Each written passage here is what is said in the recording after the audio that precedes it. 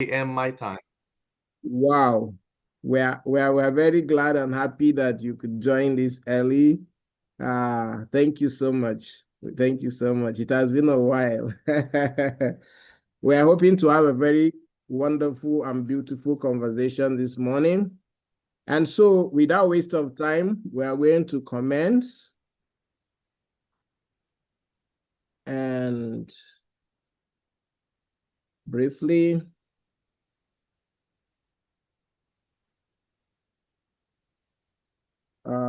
okay. So this is our agenda, and then we are going to go right away into it. Let me start by saying thank you to all of you for joining. We are going to have introduction after our prayers. My name is Nancha Nangwang. I am the Executive Director of Settlement House ADR Training Institute. And on behalf of the Chairman of the Governing Council of Settlement House ADR Training Institute, I would want to officially welcome you all to this conference and a special induction ceremony. I bring you greetings from the Chairman of the Governing Council of Settlement House ADR Training Institute, Mrs. Ankama Galadima. She is unavoidably absent. She had very important issues she needed to, and she's on transit. So without waste of time, I want us to commence by saying our individual prayers.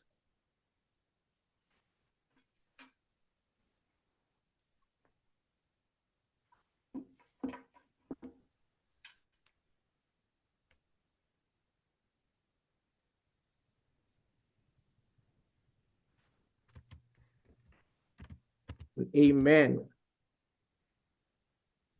All right, so we are going to be taking the national anthem,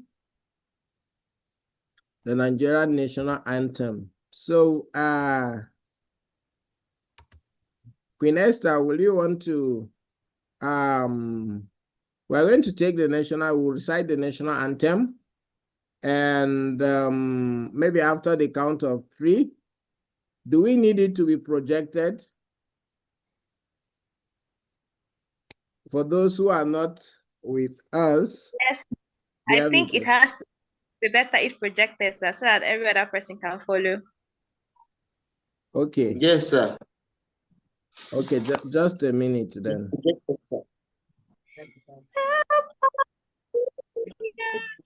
Nation where no man is oppressed. Nigeria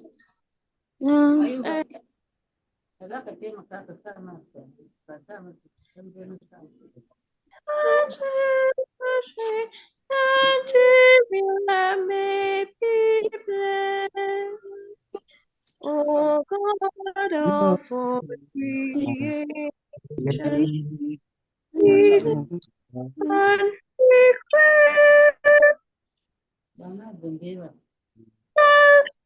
to build a nation where no man is oppressed, and so with peace plenty, Nigeria may be blessed. Thank you very much. Thank you. With this, we can now proceed to the next agenda we have. So, on behalf of the Chairman of the Governing Council of Settlement House ADR Training Institute, I would want to welcome each and every one of you to this conference and induction ceremony. I have the singular honor to act on behalf of the Chairman of the Governing Council. We want to specially welcome our guests who are already seated. Mr. Joseph Judge, all the way from Florida, United States of America. We are happy to have you. Thank you so much for joining us this morning. We also have our very own Foluke, King Moladun. That's one of our esteemed speaker and discussant this morning. We are very happy to have you. We are happy to have you. Thank you so much for joining, despite your busy schedule. We also have with us Mrs. Moranike Ojo. She is also one of the panelists, and we are very happy to have you this morning. We can't say thank you enough for creating time out of your busy schedule to make impact on this next generation of ADR practitioners. Thank you very much for having me. Sorry, I was having audio issues. This is Foluke speaking. Okay, that's fine. Thank you so much. Thank you so much. We are happy to have you. All right, so without a waste of time, we're going to just have a brief introduction for those who are joining this conference about Settlement House ADR Training Institute. One of the things that we need to know about Settlement House ADR Training Institute, it is a company limited by guarantee, registered with the approval of the federal, with the Attorney General of the Federation. It is actually registered for the purpose of conducting trainings and certification in alternative dispute resolution. Our vision as an institute is to create an informed and peaceful community by making alternative dispute resolution a preferred dispute and conflict resolution mechanism for life, for business, and for faith. On our vision as an institute, we have we want to ensure that we are practicable, that both our paid and sponsored trainings and workshops are actually conducted in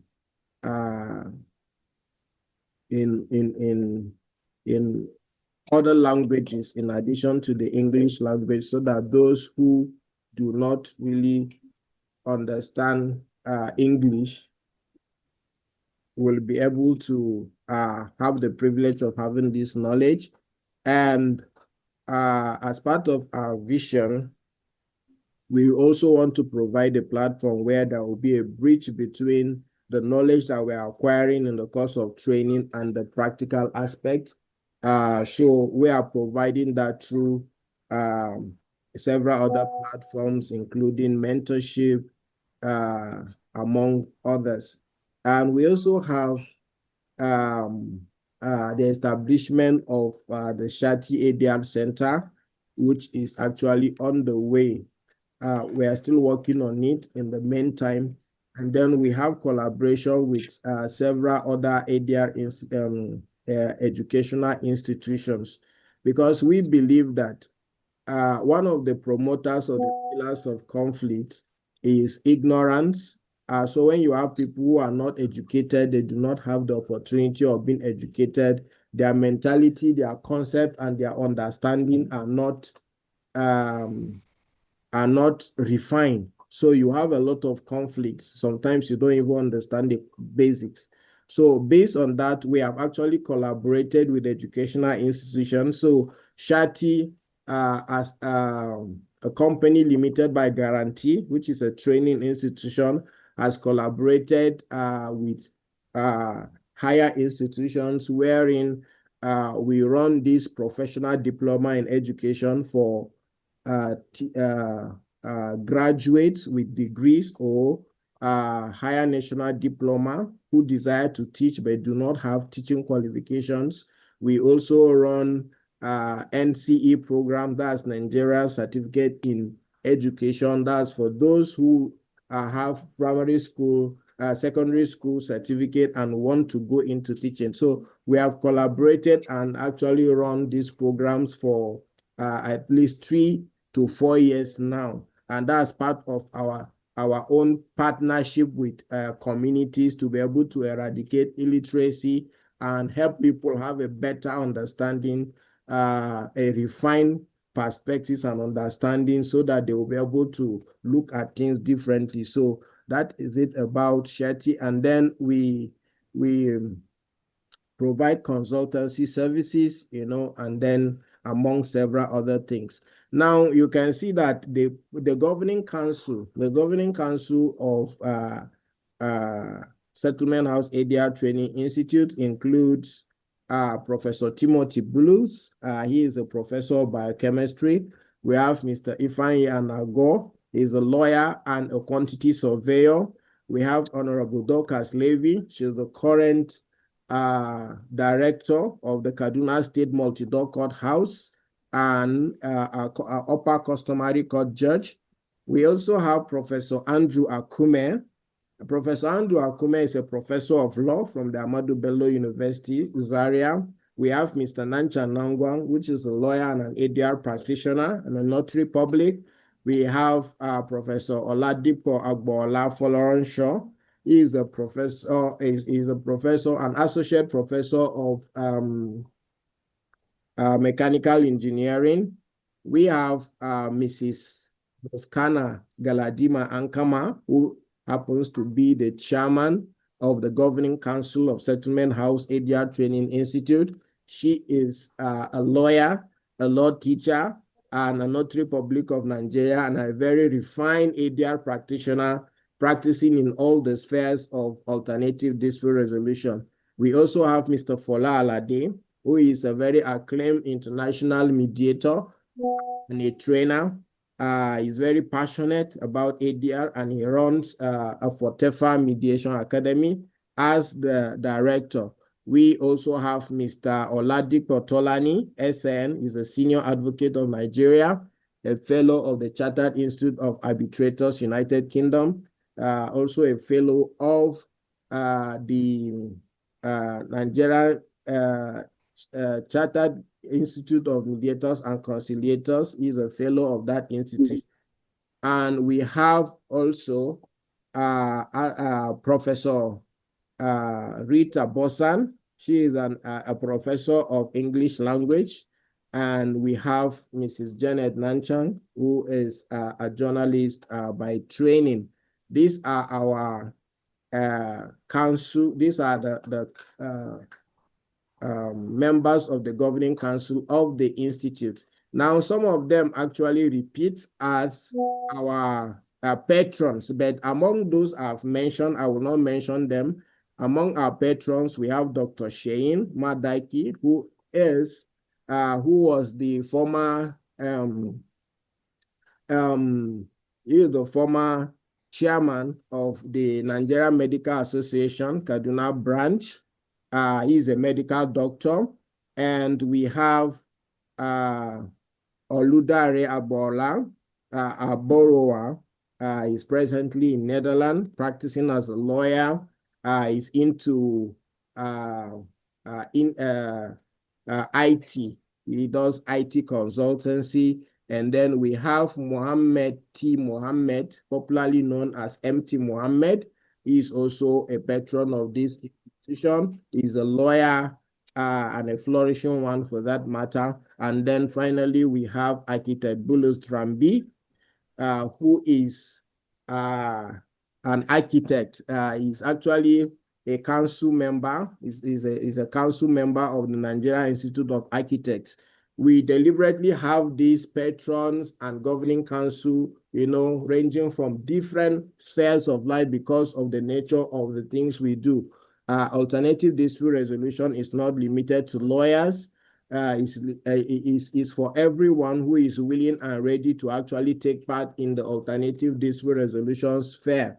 And the theme for this conference actually is looking at specialization, looking at people with subject matter expertise. Whether you're a lawyer, a non-lawyer, you're all welcome, because we have different fields. And then today we are going to be looking at different aspects of the things that you can do as a non-lawyer who is interested in contributing to peace in Nigeria. Now, our services and some of the things that we do, the trainings that we do, today we are here to induct some of the persons who were not inducted previously in our previous induction.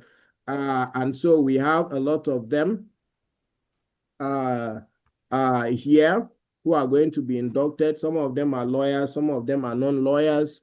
And so some who have completed the training, have written the examination and have passed. Those are the people who are qualified to be inducted in this induction ceremony. And so we have trainings in domestic arbitration. We have trainings in international arbitration. We have ODR, online dispute resolution trainings. We also do collaboration with educational institutions, which I have explained. We also do trainings in both Islamic and Christian resolution, conflict resolution skills. You know, we do trainings. In fact, some of our previous settlement, our continuous professional development training was on you know, Islamic ADR, and then it is wonderful. So next year we are going to be looking at more in that direction. We do mediation skills and certification, which is the present one. Those who have been trained and have judged, have passed the examination, are going to be admitted by the council as certified mediators by the institute. We have mediation advocacy training. We have negotiation skills training, arbitration advocacy, training on restorative justice. We have training on arbitral secretaries and registrars. We have training on construction industry disputes. We have training on medical dispute resolution skills, among several others. Now, by next year, God willing, we are going to be calling us for training the trainers in for those who are interested in teaching and are members of this institute and are qualified to so do. We are going to do a training of trainers for them, you know, so that they can be able to join the faculties of this institution or other institution as they may wish to join. Now, one important thing that we need to know also about the institute is the fact that we have what is called continuous professional development. Now, as an ADR practitioner or a professional, it is expected of you to always take up trainings and courses that are going to enhance your capacity and your understanding as an ADR practitioner. So we do this training. Most times it is free and everybody is allowed to partake. And then after that, if you need a certificate, you are going to indicate that you need a certificate. But then members of this institute are always encouraged to not just after your training abandon your certificate or put it somewhere else and then you continue your life. It is expected that you put it into practice and then you go and interact with other people through this continuous professional development, add capacity to yourself, learn more about what is happening and trending in the field that you have chosen, and then that will be wonderful. Now, having said so, that is just briefly about the institute. The institute has conducted several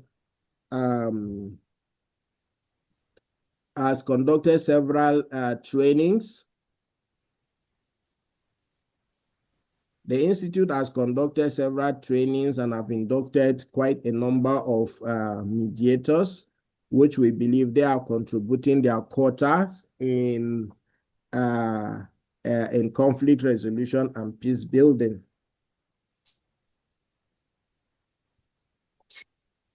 All right, so this is the little we can say about the institute. If you need further information, clarification on the institute, you can actually you can visit our website at www.settlementhouseadr.com and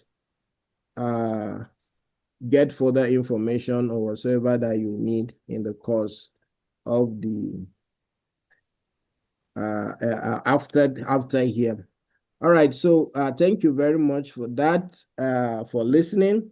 Now we are going to just take introduction from our participants. You're just going to be telling us your name, what you do, and any other important information that we need to know from you before we proceed into our keynote address and the purpose of this, the important aspect of this training. Okay, so we are going to start from left on, as I can see on my screen, from the left to the right. So please, if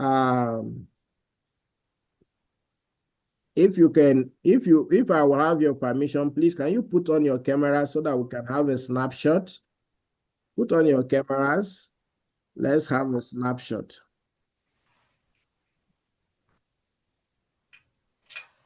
Put on your cameras.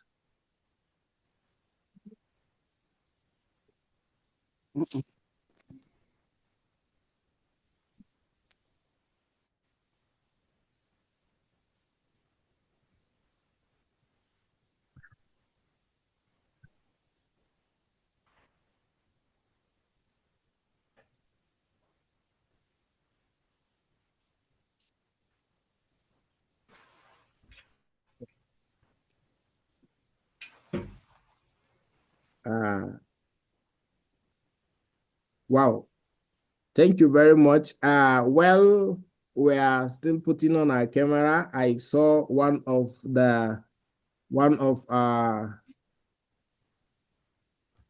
my boss and the member of the wow. This is great. I can see.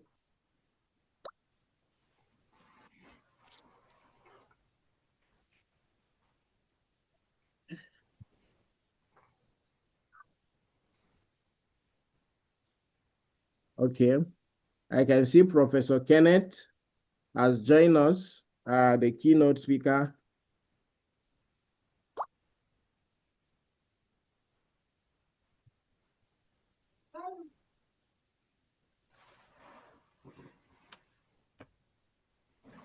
All right, please put on your cameras. Let's have a snapshot. I just want to recognize the presence of Professor Kenneth Owen, all the way from Kenya.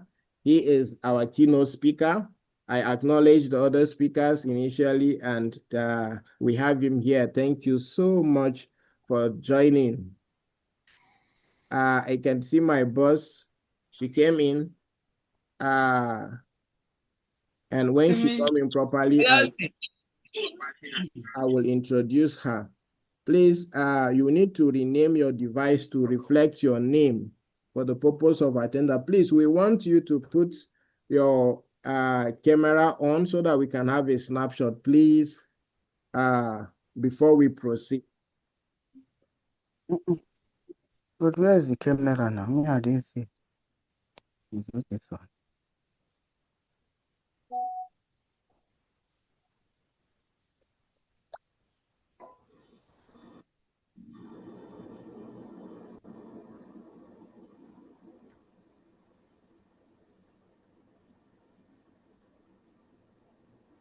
All right, please, I want to see your beautiful faces. It will be great to see your beautiful faces.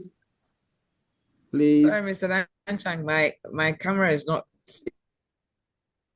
appears to be malfunctioning, so please just accept my profile picture. Thank you. Yes, the profile picture looks good, but I'll keep trying. Thank you. This is nice.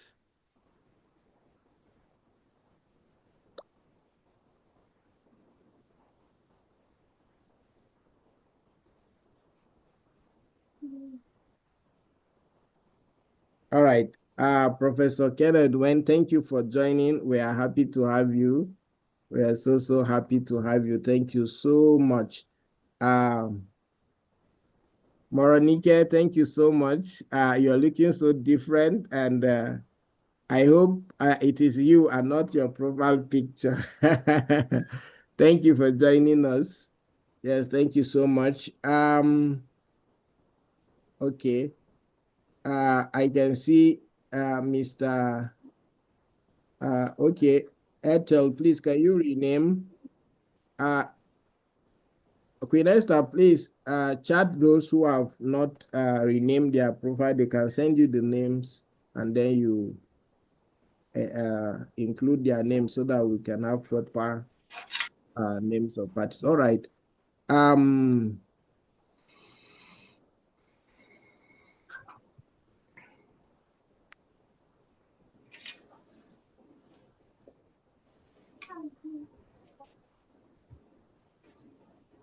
Okay, so all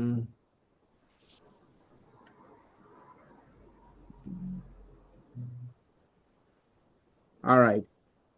Okay, so without waste of time, we're going to go to thank you so much for putting your cameras. We like to be seeing your face in the course of this.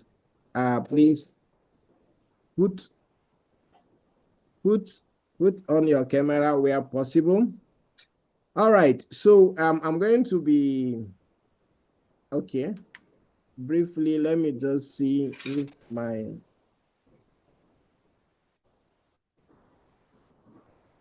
okay. All right, so when they come, I will recognize them accordingly. Okay, so today we are here with our wonderful we have the keynote speaker and we have the panelist here, and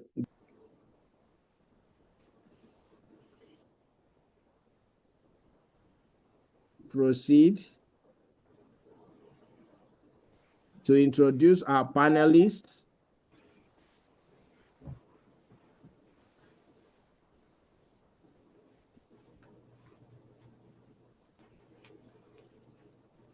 Okay, so I'm going to just allow we're about to take introduction. So I want to start first by giving the opportunity to our panelists who start from the keynote speaker to just tell us a little about himself. And then I will call them, then others will introduce ourselves, then we go into the keynote address. So, Mr. Wen, please, you can just introduce yourself and tell the participants a little about yourself in just maybe 1-2 minutes, and then we can start with others. Can you unmute yourself? Yes. A very, very good afternoon to all of you on that side. I'm not sure whether it's the afternoon or morning. I suspect it's morning. Yeah, this is morning in Nigeria. Yes, a very, very good morning to all of you. I'm very, very pleased to be a part of this wonderful conversation that you're having on professional empowerment and sustainability and what ADR can do. I am a chairman of the CIAB Kenya branch, and I straddle in the ADR world across different disciplines, the architectural discipline and the legal discipline. So I do a lot of construction infrastructure matters. But at the same time, beyond practice, I am in the academia. So I teach both here in Kenya, but also in South Africa at the University of Cape Town and the University of Pretoria. So I sort of bring in a multidisciplinary, multi-sectoral lens. Beyond that, of course, I'm a very proud husband and father. My children are, two of them are actually lawyers, and one is practicing in South Africa, the other is just finalizing law degree. So thank you very much, Nachang. Really looking forward. Thank you so much. Thank you so much, sir. Thank you so much. All right. So,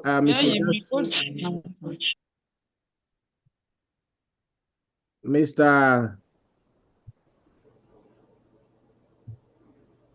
Okay. Joseph George, please. Good morning, everyone.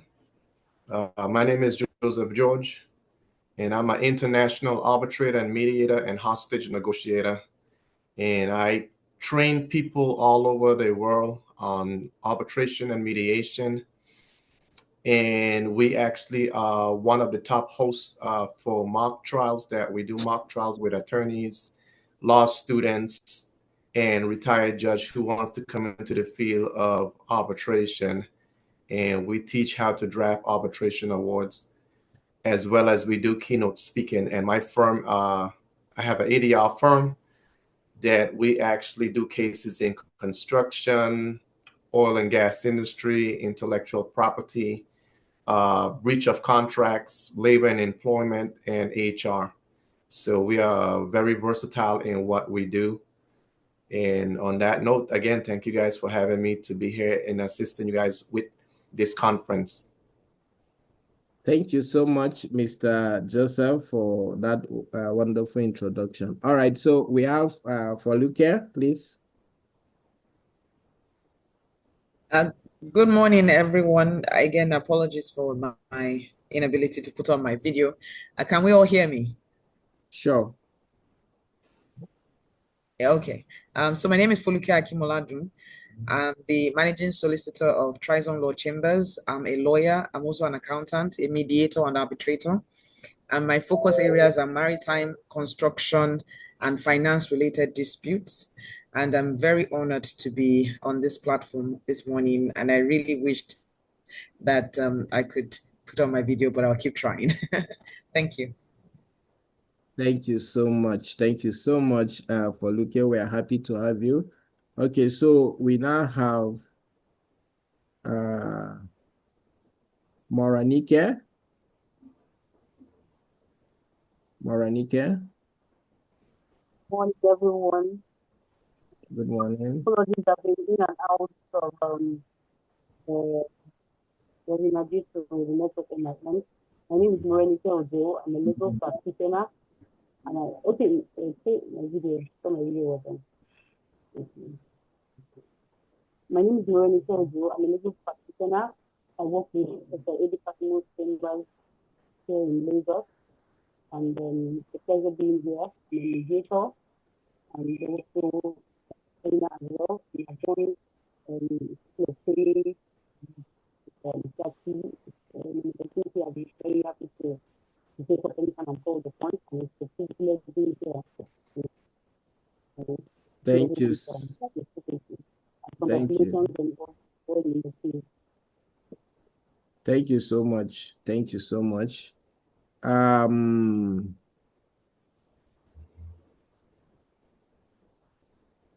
We have, okay. Yes, okay, so others can now go ahead to introduce themselves briefly. Please, if you have not, go ahead so that we can now commence proper.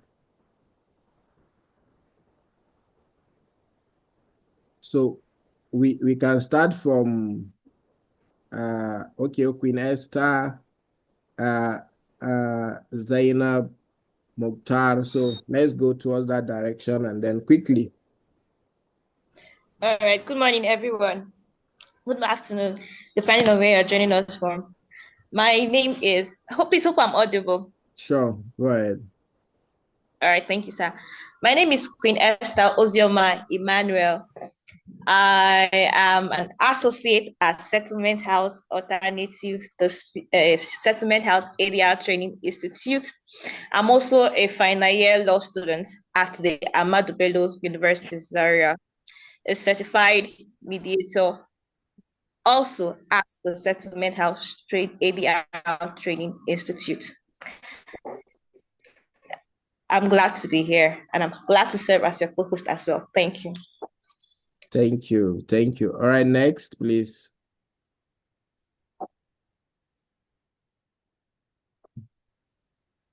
Okay, let's just introduce ourselves, please, quickly, so that our... Good morning. Good morning, everyone. Oh. Good morning. Go ahead, please. Just introduce yourself quickly. Good morning. Yes, good morning. My name is Hafsat Usman.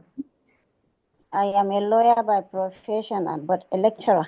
I am a lecturer with College for Legal Studies, Yola. I live in Yola. I'm happy to be with all of you.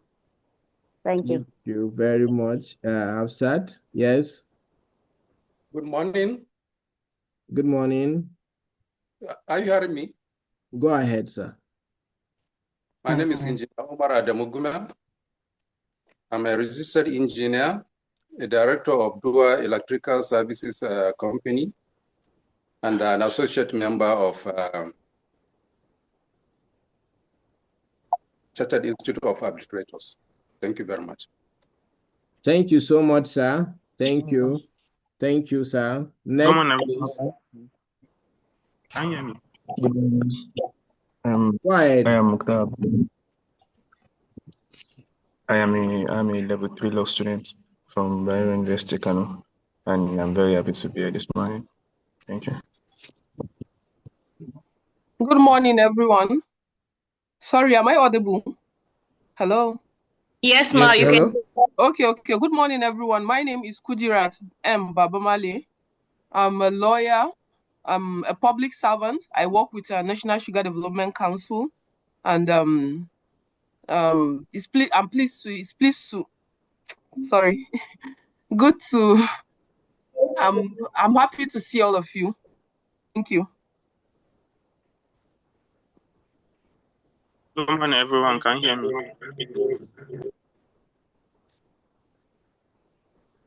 We can hear you, sir. Okay.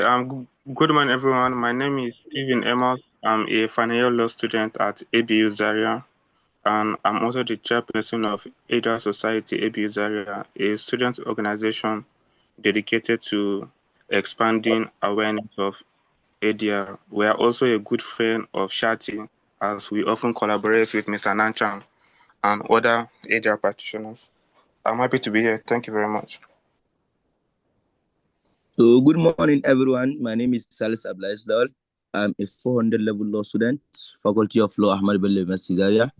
I'm also a member of the ADR Society, Faculty of Law. Then I'm excited to be here today.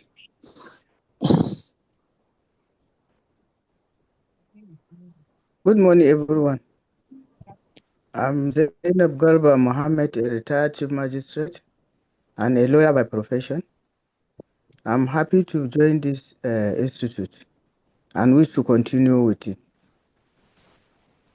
Good morning, everyone. My name is Mary Enei Ode. I'm a legal practitioner and a legal officer with Nigeria Maritime Administration and Safety Agency, NIMASA. I am a member of NICAP, Nigerian Chartered Institute of Arbitration, and also Chartered Institute of Arbitrators, UK, Nigerian branch. Thank you. Good morning, Good morning. My name is Chinge Emos. I'm a lawyer practicing. I'm very happy to be part of this morning. Thank you. Good morning. Hello? Go ahead. Is Nazira. I'm a legal practitioner. I practice in Kanu, and I'm a potential associate of SHATI. I'm very happy to be here with you. Thank you. Thank you, sir. You're welcome, sir. Hello, everyone. Oh, sorry. Hello, everyone. Go My ahead. name is Ileana Chirinos. Yeah, I live in Argentina. I'm an Argentinian. I am a professor at the University of Villa Mercedes. I have worked as mediator for 12 years. I am an accountant, and I also have an MBA in international business from the École de José de Pont de Paris. I'm very happy to attend this event. What else? I have a daughter. and I have been married for 17 years. Well, I'm very glad for having me. Thank you so Thank much, you. Elena. Prof, thank you so much for joining us. Prof is going to be inducted as an associate of this institute, as we're happy to have you. Thank you. Thank you. Thank you. Hello? Go ahead. Yeah, my name is Peter Mensah Gumadu. An SHATI and also a minister and a counselor. I'm very happy to be part of this conference. Thank you. Thank you so much, sir, for joining us. Next. My name. Okay, one at a time.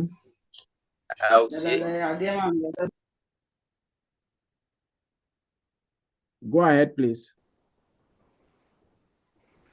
Good morning, good afternoon, and good evening. My name is Habila Turshak. I'm a lawyer, a notary public, and inductee of the SHATI. Thank you.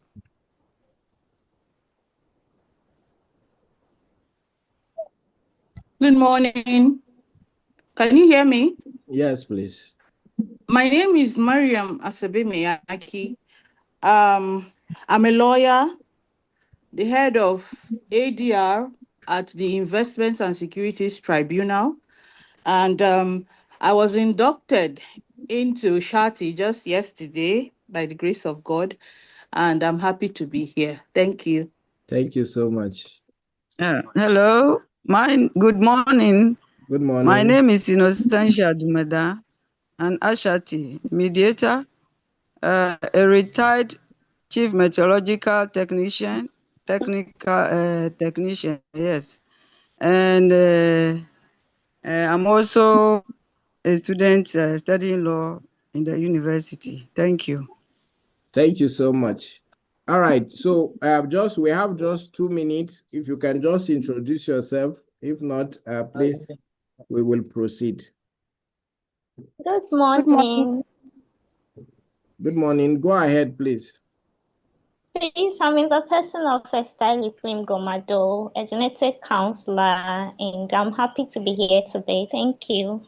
Thank you for joining us. Good morning. Good morning. Hello, good morning. Good morning. Good morning. My name is Fatima Elias Muhammad. I'm a legal practitioner, and I'm happy to join the institute. All right, thank you so much. I think we are going to stop at this point. Thank you so much for joining this ceremony. We are very happy to have you. The essence of the introduction is also to enable the keynote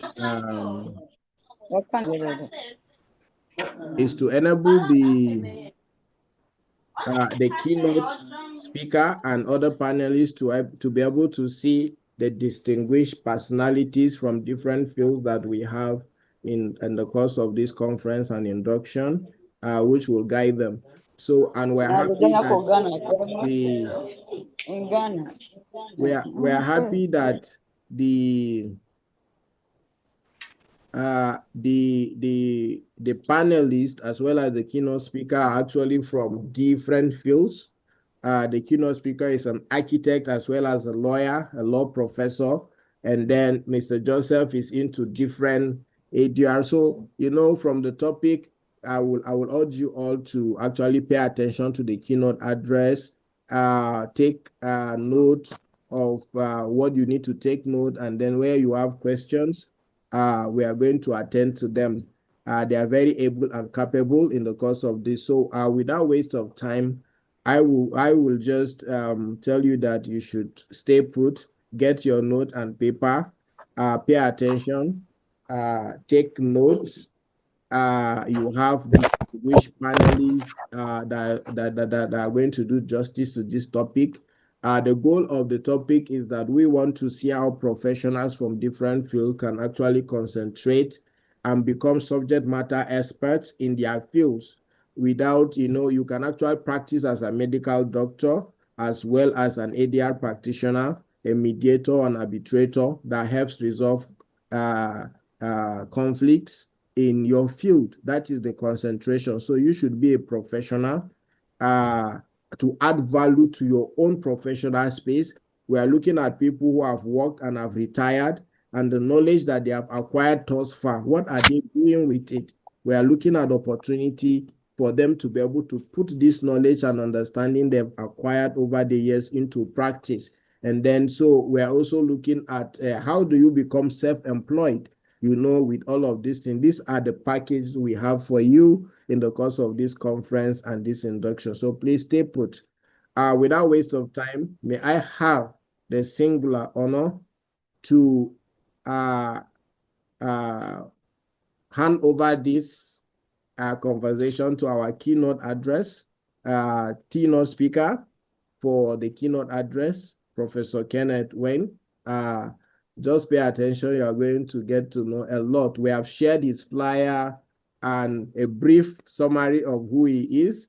Please pay attention, take notes, and then you will all be happy that you do. Thank you very much. Prof. Sir, over to you. Thank you very much. Let me just confirm that I'm audible before I proceed. Sure, you are very well. And that you're able to see presentation up. Sure. Okay. I'll try and keep this in a very conversational. I wish we had a greater scope of interaction, but I'll try and keep it very simple to start up conversation from the delegates that have joined us. I think my starting point when you're thinking about ADR, professional empowerment, the possibilities of having a sustainable career from this specific area would be the stats. So I can only share with you the stats from this part of the world. And what you will notice is money is locked up in the court systems. So there's a heavy backlog, and that backlog differs. The stats here, this would be about roughly, if you were to quantify everything, including arbitration, you would be looking at roughly $500 million. And that is all locked up in courts and in the backlogs that the courts have. So that's the first statistics that you want to familiarize yourself with, that there is enormous sums of money that the court systems have closed, and this is not good for business. The other, of course, is a study also that's been done in different parts of the world, very specifically in the African context. We get to know that most disputes are being resolved outside the court system. And this is a very, very powerful stat because right from pre-colonial history until today, the users of this product, dispute resolution, have alternatives they prefer, and not the formal justice system that was endorsed by the state and in many ways transposed from other ecosystems. So this again is stats in this part of the world where I am, almost 90% of disputes are being resolved outside the court systems using different mechanisms. The other social reality is in the language of sustainability is that disputes are with us. and they're not going to stop. They are of a wide range because every time human beings come together, there's going to be conflicts of interests. Those conflicts are going to translate to disputes because to have us functioning as an integral whole, we need a mechanism in which those conflicts are resolved. Now, for the delegates that are present, of course, it's to canvass this social reality as you move into different sectors. So I'm from the construction sector, so I can say a lot about this. Yesterday, we were launching forms of contract for small value building contracts, labor contracts, and so forth. So you can see that conversation is going to be with us in that specific sector. Some of you, of course, are more acquainted with the family realities and some of the disputes that are happening there. Others, of course, have moved into the international spectrum. There's a lot of investment coming to states, what we call investor state interactions. Again, that is leading to disputes, and the list is completely inexhaustible.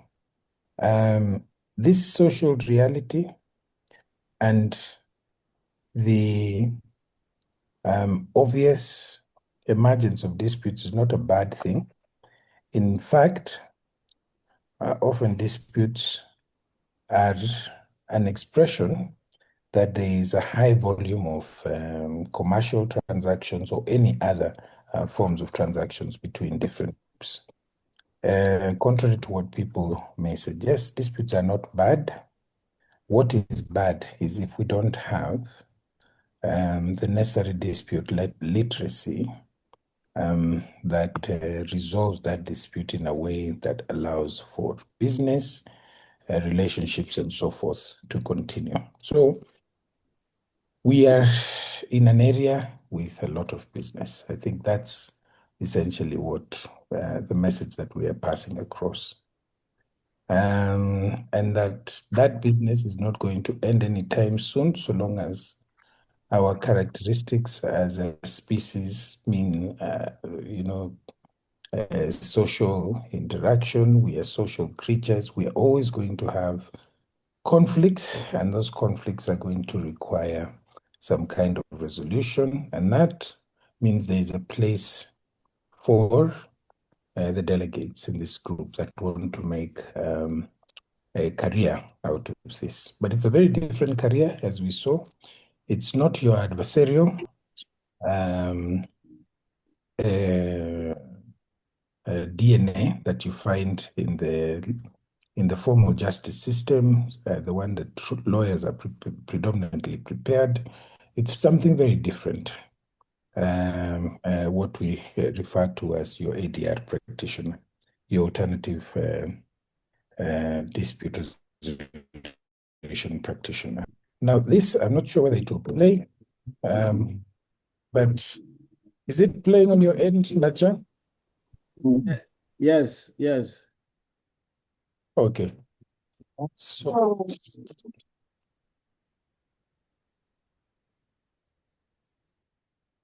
but it's not audible. It's one of those. I think the pictures will be good enough. Essentially, what is happening is there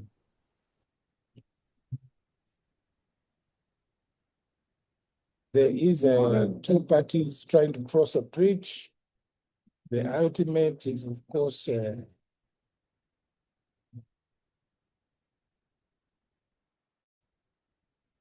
one actually wins at the end of the day.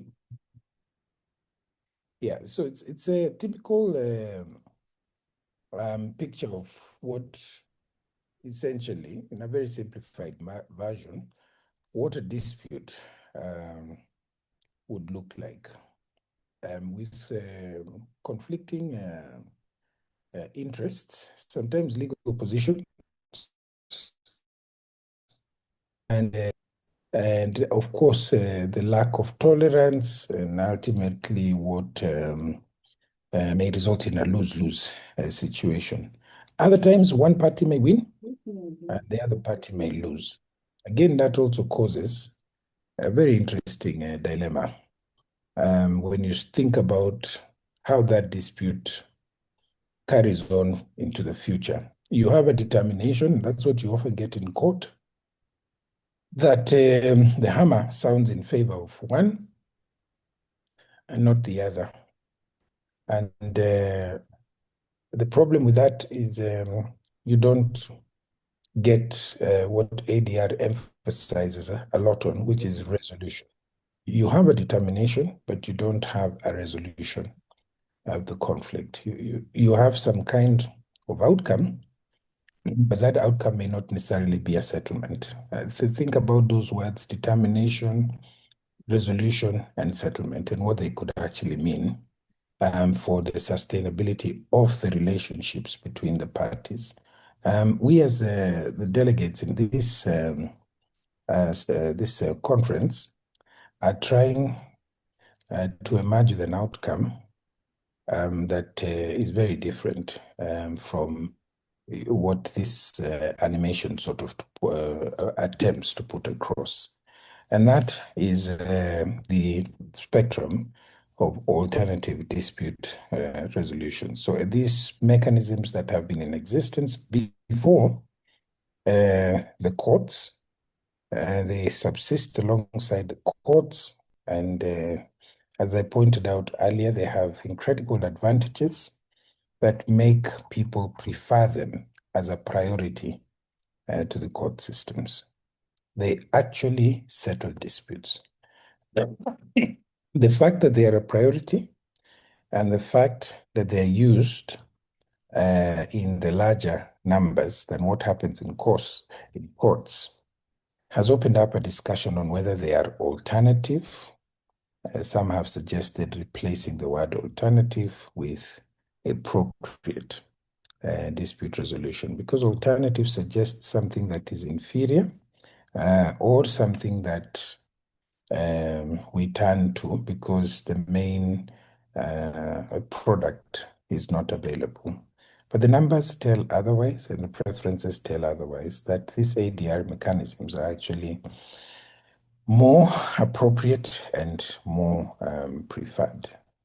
So, of course, in business operations, and the world is essentially in many ways viewed through an economic lens, you will have the inevitability of conflict.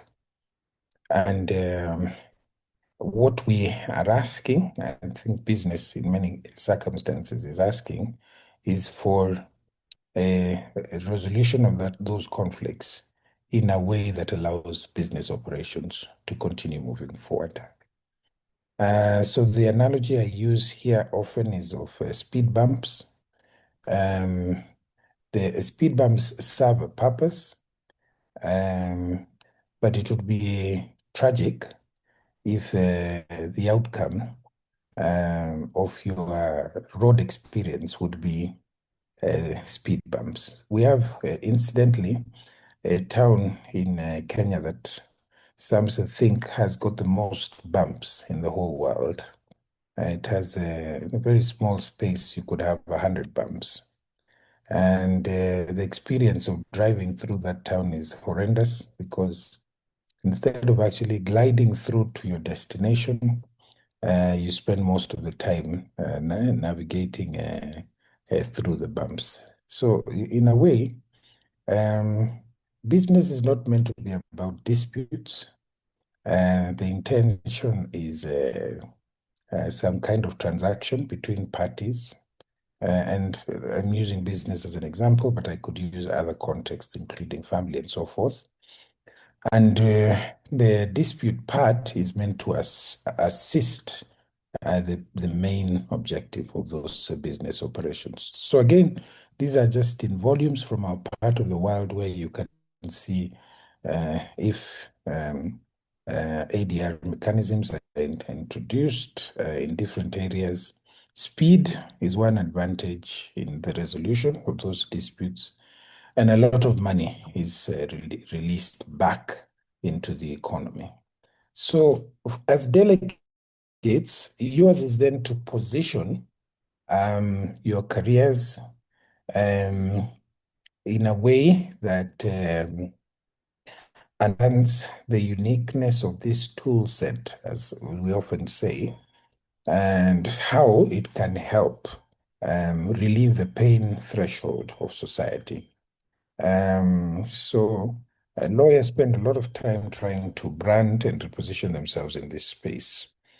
But you should be aware of all of these other spaces and how you can provide a worthwhile service, because that is what the professional and the entrepreneur is trying to do, and relieve the fears and the pain, provide a pain proposition to the market and to the society, where they can come knocking on your door, either because they're looking for ways of preventing disputes. Interestingly, disputes in the context of family and relations, spousal relations, ranked number 3, I think was it number 3, in the pain threshold of the things that human beings fear, the others being death, sickness, and money, the loss of money. So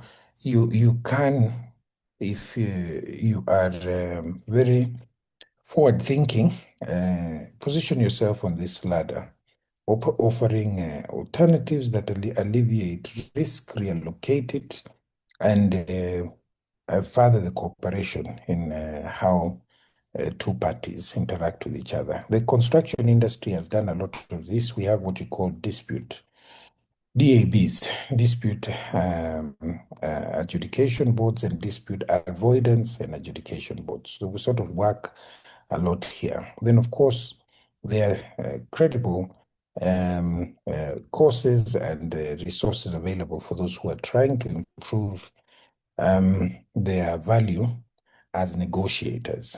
We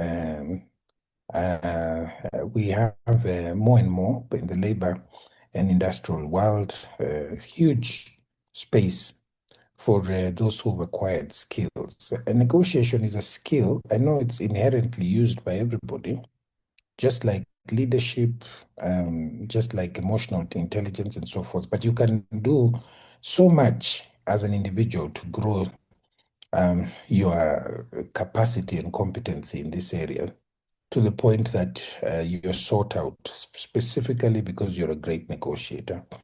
And then, of course, the value of expertise that you acquire in different areas allows you to be an early neutral evaluator.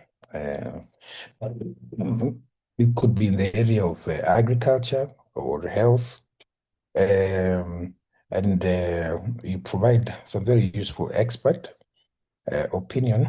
But the question is whether you know how to brand yourself in this manner. And of course, the ladder goes all the way until through where third-party neutrals come in, and there's a relatively informal process that comes up with a decision, or a more formal process, like arbitration. The point is that you need to know the mechanisms well, like a mechanic knows their toolkit, and know which spanner sort of fits what bolt, and what skills then you need to grow and also market out there for yourself. So arbitration is what is often spoken about because of its binding character. I won't go into this world, but for as young practitioners, I can tell you that the average age of an arbitrator has been a problem that the industry is trying to resolve. I think the average age of an arbitrator is in their 60s, meaning that there is considerable scope for younger professionals to come into this area. There are no shortcuts. It means growing quality like wine, essentially being part of proceedings of all kinds so that your capability, your quickness of thought, your ability to discern the different dilemmas in the proceedings is grown. There are various ways you do that. Most importantly, it's to see how you get into tribunal secretariats. There are courses on that. There are also arbitrators that are looking for people to become a part of their proceedings. Some of the proceedings that undertake are virtual. So again, the limits of borders are addressed through these digital platforms. Again, there are very, very specific ways that you brand. I have to say that it's very, very costly because in many of those mechanisms, including traveling to conferences, writing, will cost you financially and also cost you in terms of time. But the more you are in the public domain and understood and to carry this expertise, the more, again, work will begin to unfold towards you. There is a greater and greater interest by the East because of the kind of infrastructural investments and so forth in Africa for arbitrators that are drawn from the East and Africa. So we can see a space beginning to open there. I think the traditional relationship in this area from an international perspective has been through the older centers like London, Paris, New York, The Hague, and so forth. But we can see a slight change because of geopolitical issues also. And those changes present opportunities for us who are in this room at the moment. I spoke a bit about negotiation. I think what you want to do is to understand this as a special and specific ADR mechanism, not in the generic sense where we all know how to negotiate when we are at the market place and in all of these other platforms, but we need, like I used the example of leadership, we're all leaders, to equip ourselves so that we stand out with strengths in this area of negotiation. Mediation is something very, very unique in terms of what we call the spectrum of dispute literacy that we need to build as delegates, because this is a mechanism where the parties have failed to meet eye to eye. They are not able to negotiate. There are various blocks. They could be emotional blocks. They could be positional blocks. They could be blocks because of interest. And a mediator and a conciliator have a very, very unique role to play in that area. If I was to sum up what you need to do as a professional here, I would say that three things are of major importance. One, knowing context is everything in which all of these disputes are taking place. The context has and is laced with very different elements. So whether it's a labor context, a community context, a family context, a commercial context, a land or succession-based context, you need to understand it. You may even need to specialize in it and make sure that you create the necessary awareness that you're the person who understands that context. Second, I think there's a lot of work in these areas to do as a person. I'm talking about self-investment, because a mediator, conciliator unlocks things because of very unique attributes that you have as an individual.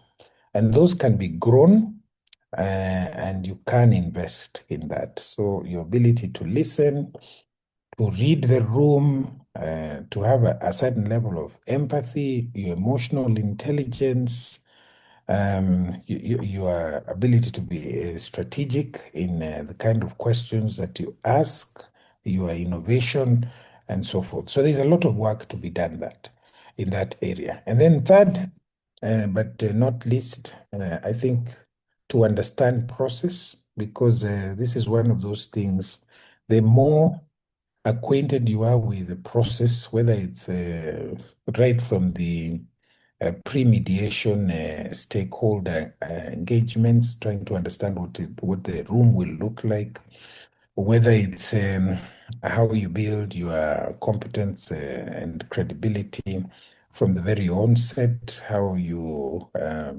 facilitate the parties' discussions, whether you can caucus, whether you understand what they call BATNAs and WATNAs, the best alternative to a negotiated agreement and the worst alternative, and how you can persuade people right to what you call the warrior in the room, and how to create the dance of opposites and so forth. They are very unique process associated mechanisms that make this a success. So that is the third area, of course, that you'd have to understand. There's a relationship, of course, in many, many instances between mediation and arbitration, where, like in the built environment, some things may start as mediation and then slowly transform into arbitration. I think your ability to succeed here has very much to do with how you enter the solution. In my parting shot is just like with everything else, patience is key when you're investing. The returns you will get, but the returns are mainly for those who have been consistent and they continue to persist in developing their brand, their expertise in this area. And that, I think, is mainly the journey, which is not for the faint-hearted. Many people miss out and they feel it may not work for them. It's just simply they didn't put in the time, the hours, and the patience. Thank you very much again to the organizers. Nanchang, I hand over back to you. Again, it's really been a pleasure to meet all of you. I hope we will get to meet physically and not just virtually sometime. And I look forward to that. Thank you. Thank you I see so my much. friend Victor Baba there. Hi, Victor. Very, very good to see you. Thank you so much, Mr. Victor. Thank you for coming in. Please, can you help us appreciate Prof for that wonderful presentation? He made it so simplified, as though it is that easy. So thank him. And then we have our other panelists and the aspect that they are going discussing. All right, Mr. Victor. Good morning in Nigeria. Good afternoon from Nairobi. Good to see you, Prof. I followed what you said towards the tail end of your presentation, that all we need to do is put in the work, put in the hours, be patient. It's the truth. That is the absolute truth. My apologies for showing up late. I had an incredible friend of mine, State Council Stephen Lungu, all the way from Zambia, and I had to see him off. That took a little bit longer, but it's good to be here. I love the energy in the room, and I love, what Prof said towards the end of his presentation, and that is coming from one of the foremost experts, not just in Kenya but across the world. I'd encourage each and every one of us to have a look at his work. Please look at Prof's work. He has authored, he has published, he's done presentations, keynotes, wherever he goes, and it will be a blessing. With this said and done, with this said and done, maybe I'd like us to shift our gears a little bit. So we'll have a panel of experts. I know my friend George is here all the way from the US. It must be early in the morning for him, I bet. We have Samuel, my friend, who is here as well. I'm just trying to make sure that all the panel speakers are here. Ma'am Foluke is here. Good to see you. Are we all ready? Are we all ready? Yes. To rock and roll? Yes, sure. Yes. And if you can start with Foluke, so that she has been having some video issues, so that she can say one or two things from our own end before we proceed. To be great, Mr. Victor. All right. And yes, Mr. Victor, it is morning here in the US. It's right now 5 o'clock in the morning. Oh my goodness. Thank you for carving out time just to be here with us. It shows your passion for ADR, not just in the US, but across the world. Ladies and gentlemen, boys and girls, if you have your notebooks, this is where you want to pull out your notebooks and start jotting. Myself, I have my notebook ready and my pen ready to learn from some of the best in the game. So at this point in time, maybe I'd like to open the floor to Foluke to provide her remarks, and then we'll get into I'll ask the other panel speakers as well to introduce themselves in one or two statements, and then we'll get to the flesh of what we're supposed to be doing here today. So without further ado, I'd like to open the forum to Ma'am Foluke. Provide your, introduce yourself and give us your opening remarks, and then I'll ask George, is Samuel here, and then Samuel and all the other panelist speakers as well. Okay. Thank you so very much, Mr. Victor, and thank SHATI for the opportunity and the privilege of speaking to the next generation of ADR practitioners. Once again, by way of introduction, my name is Foluke Akimoladu. I'm a lawyer, accountant, mediator, and arbitrator, and my focus areas are maritime construction and finance-related disputes. So I'm going to briefly be speaking on building subject matter expertise for an effective ADR practice. And I think that Prof has done a fantastic job in helping us to understand the context within which ADR practitioners should see themselves, understand the service that you're rendering. And I think that one other thing that we just want to very humbly add to what Prof has said is that know how to call your value as well, because it does take time to build yourself in the industry, and you shouldn't then get to the point where you have built that time, you've taken the time to get the expertise, and you are not able to call your value. So it's very, very important that you understand what you're bringing to the table for the parties, especially if you're dealing in commercial related mediations and arbitrations, so that you don't end up more or less doing almost without trying to be cheeky, like pastoral work. You're not seen to be your work is not taken for granted. And that's not to say in any way that pastor's work is taken for granted, but what I'm essentially trying to say is that you need to be able to ensure that people understand the value of what you bring to the table. And I'll just give a quick example before I go into the meat of my discussion. If two companies are fighting over a construction, and or a contractor is having an issue with the financier of a project, and the project is worth $10 million. How much do you think you should be paid as a construction mediator to ensure that that project continues and is not delayed, and interest rates start accruing? So what the question is, what's the value to the parties? It's a 10 million, as a hypothetical example, is a $10 million construction. At the very least, nothing less than 0.05% for it to continue moving. So, but based on your expertise, you could move from 0.05% to 2% to 5%. So just something that I want us to keep in mind when we come into the industry, that we begin to look at the fact that this is actually a space that you can earn a living from, and so that all your efforts, it would not just culminate in fulfillment, but would also have a commercial angle to it for you as well.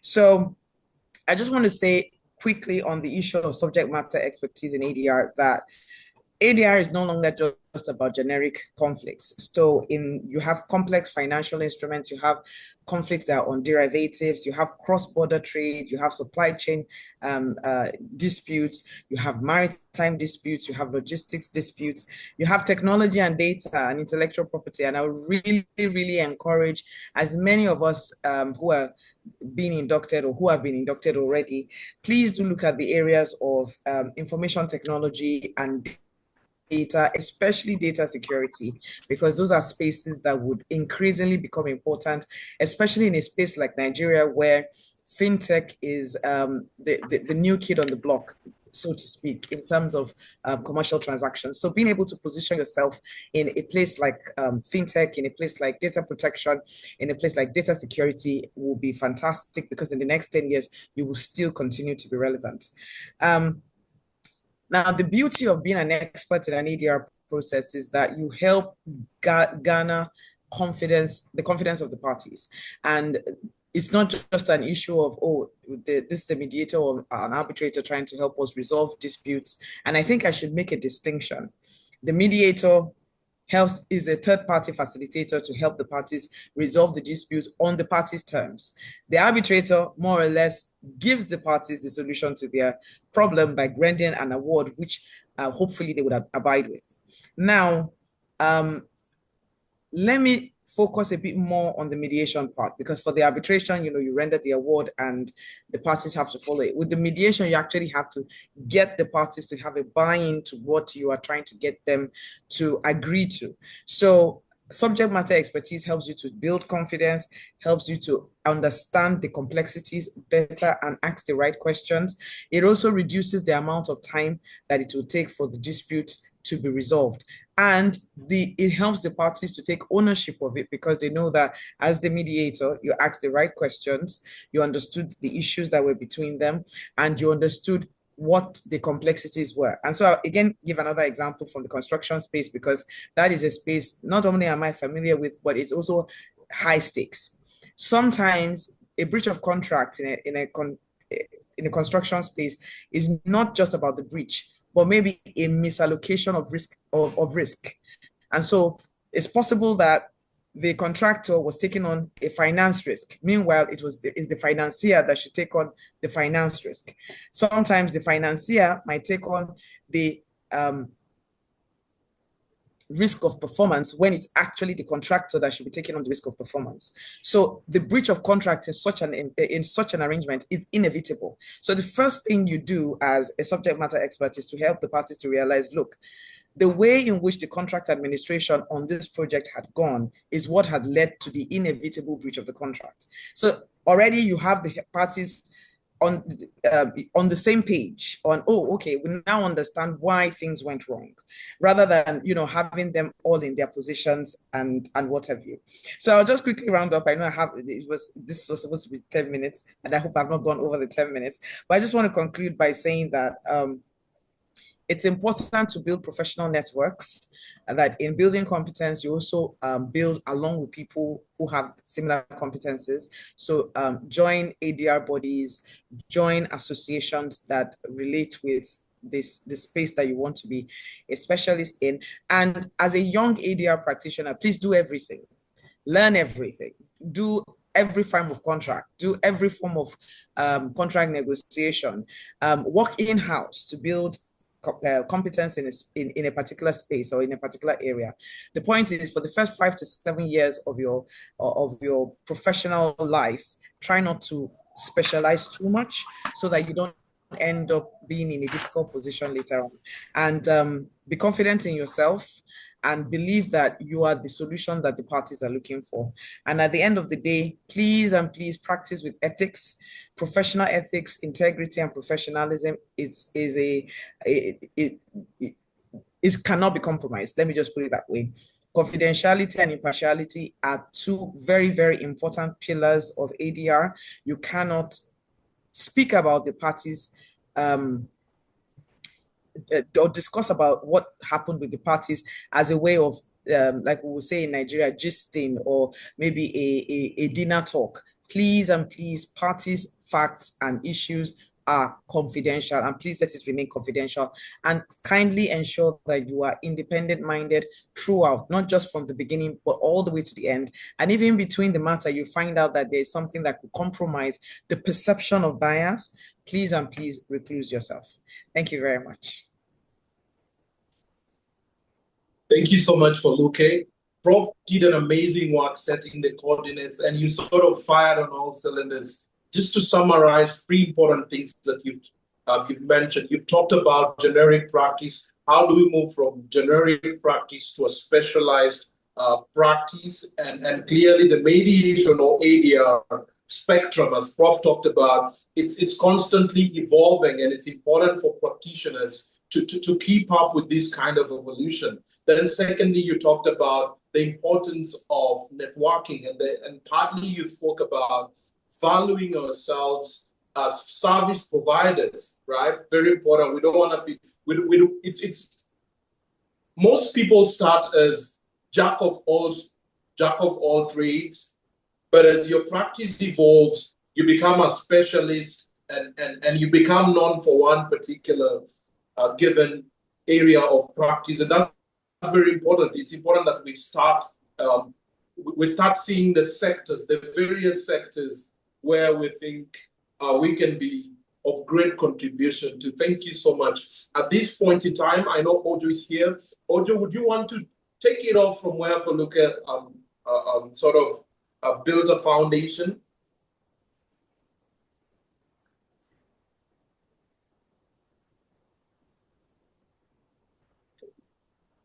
Good morning, Ojo. Are you here? I saw her. Yes, I saw her here. All right. I am here. All right, take it off. I think I was still muted. Okay.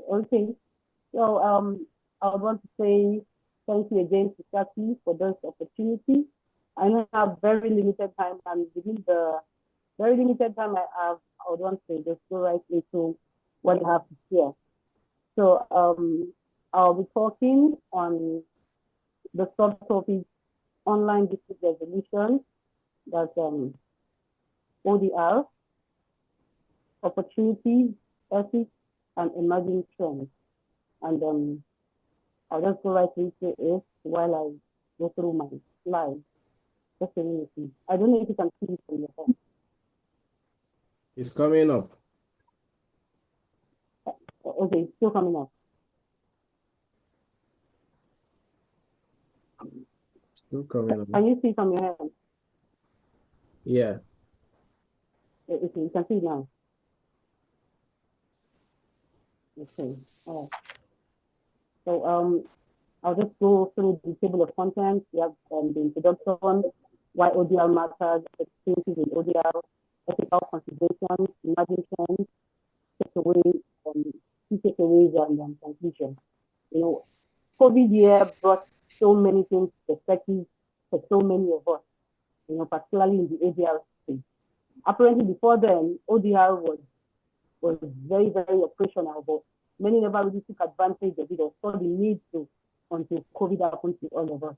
And you know, it took the world by surprise. And you know, now we have Zoom now. Yes, we can have Zoom meetings. Back then, when you tell people, okay, can we have meetings online? It sounded strange. But now we have us here, you know, having this kind of meetings, training online, and all of that. So, and before now, ODR has been in existence. Was very people maximize the use of ODR back in the day. So what is ODR? ODR that refers to the use of technology, especially internet-based tools, information and communication technology, ICT, to resolve disputes. In essence, it is a digital era method of resolving disputes using internet-based platforms and ICT to enable mediation, negotiation, or arbitration remotely, making justice more accessible, efficient, and affordable. Like I mentioned that before now, many people didn't even think that it was possible to have your disputes resolved, online. You rather want to be in a physical location, that we are all used to. But things change, and we're thankful for the change that ODR has brought. So why ODR, and why does it really matter? Why does ODR matter? Number one, convenience. And when I talk about convenience, you can see how over time, so many things have actually happened. And when you think about how flexible it is now to even have such kind of meetings, at your convenient time. Some of us are at home, some might be in their office. You can actually carry out dispute resolution online on various platforms because this is like a 3-day training cracked into 10 minutes. So I won't be able to fully go into everything. So I'm just picking in here and there so that we can have an overview of what ODR is all about. So what has ODR, what has it got to offer us? Parties can engage, at convenient times from their homes, from their offices, using devices they are already used to. For example, your phone, your laptop, you don't need any physical hearing. This is not necessary. And I think we saw this come to play during the COVID year when some courts even had to go virtually. For example, I think the Borno State High Court, they had virtual hearings, and even Lagos State and some other states in Nigeria during that period. They had to find a way to at least ensure that matters don't stay for so long in court without the court doing anything about it. So, virtual hearings they had, and even till date, we still have some courts that still do virtual hearings. And so when you talk about convenience as a lawyer or even as a disputant, you do not necessarily have to, be physical in that place where the mediator is meeting or where the arbitration is taking place. So another thing that I noted here as one of the ways that that really matters is suitability. Looking at it now, we have different kinds of disputes that are coming up, and particularly in this digital age disputes such as trade disputes, business disputes, and disputes arising even cross-border disputes. I do not need to travel all the way to Nairobi now, or I do not need to travel all the way to Zimbabwe, just to have maybe there's a dispute and that has existed between myself and another party. I do not need to travel all the way to have my dispute resolved. I can actually, get a mediator and everything, or an arbitrator, or any of the ADR mechanisms that we want to employ, and choose the platform that we want to use to have the matter resolved. I do not necessarily have to, travel all the way. And also with that, the cost effectiveness of it, which is associated with traveling, the cost fees, logistics, accommodation, and all of that. ODR comes to put all that to rest. And so in that way, you can see why ODR really matters. Then also easy access to justice. Like I was explaining before, I said, parties don't have to go very far. Even as it is now, even parties in remote areas, they can actually have access to justice, by just, now we see smartphones, even in villages. We see people use Android phones, that have, apps that you can download, to carry out your ODR sessions. So it's giving access to justice. It removes geographical barriers, by enabling the participants, to at least participate online during the course of the resolution of their dispute. And of course, ODR is not limited to only mediation, even arbitration also, and other ADR mechanisms can actually take advantage of this.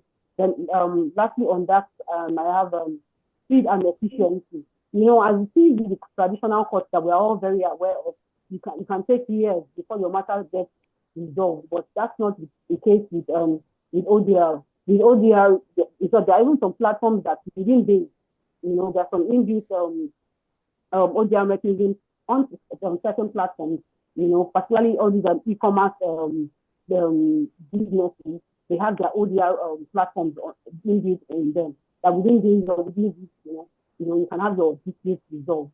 So that's why we actually really need ODR and why ODR really matters. And I can still speak for so many other factors, but just for want of time, I would also want to look the opportunities that we have in ODR. So looking at how the world is evolving, we just cannot sit in one corner and expect everything to come to our table. It's just now, the world, as it is, the world is actually revolving all around, and just with your smartphone, you can connect to anyone.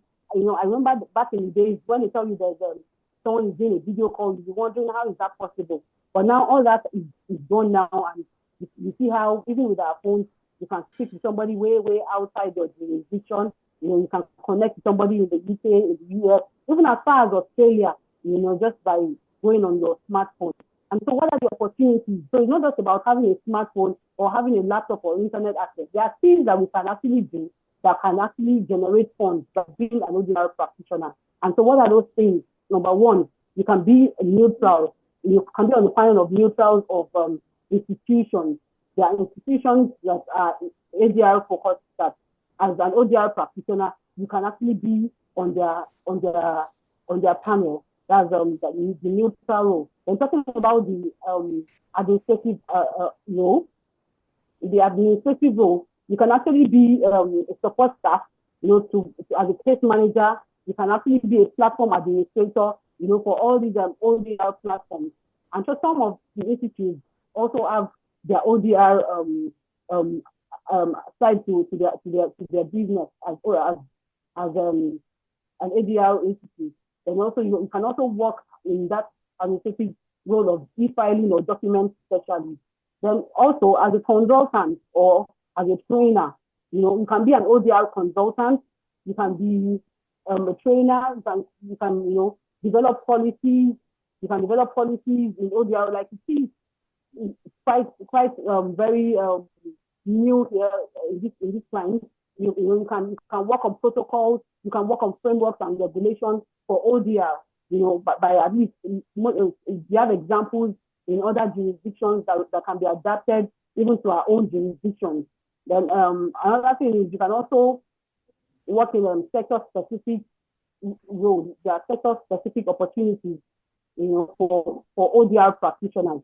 For example, you can be an ODR, corporate ODR specialist, like for those in fintech, e-commerce, you can render your services in those areas. And also you can be a consumer protection mediator, that you can work with the CBN, with the NCC, with the FCCPC, as an ODR expert. And also for cross-border transactions, you can also work as an ODR expert in those areas. Like I said, there are many ODR platforms that you can render your services on as a mediator. All you need is just to get the requisite training, which this 10-minute session cannot afford you. You really need to understand the rudiments of being in the ODR space. But also, you can also freelance. You can build an independent ODR practice for SMEs, for individuals and organizations. And also, you can have a subscription-based,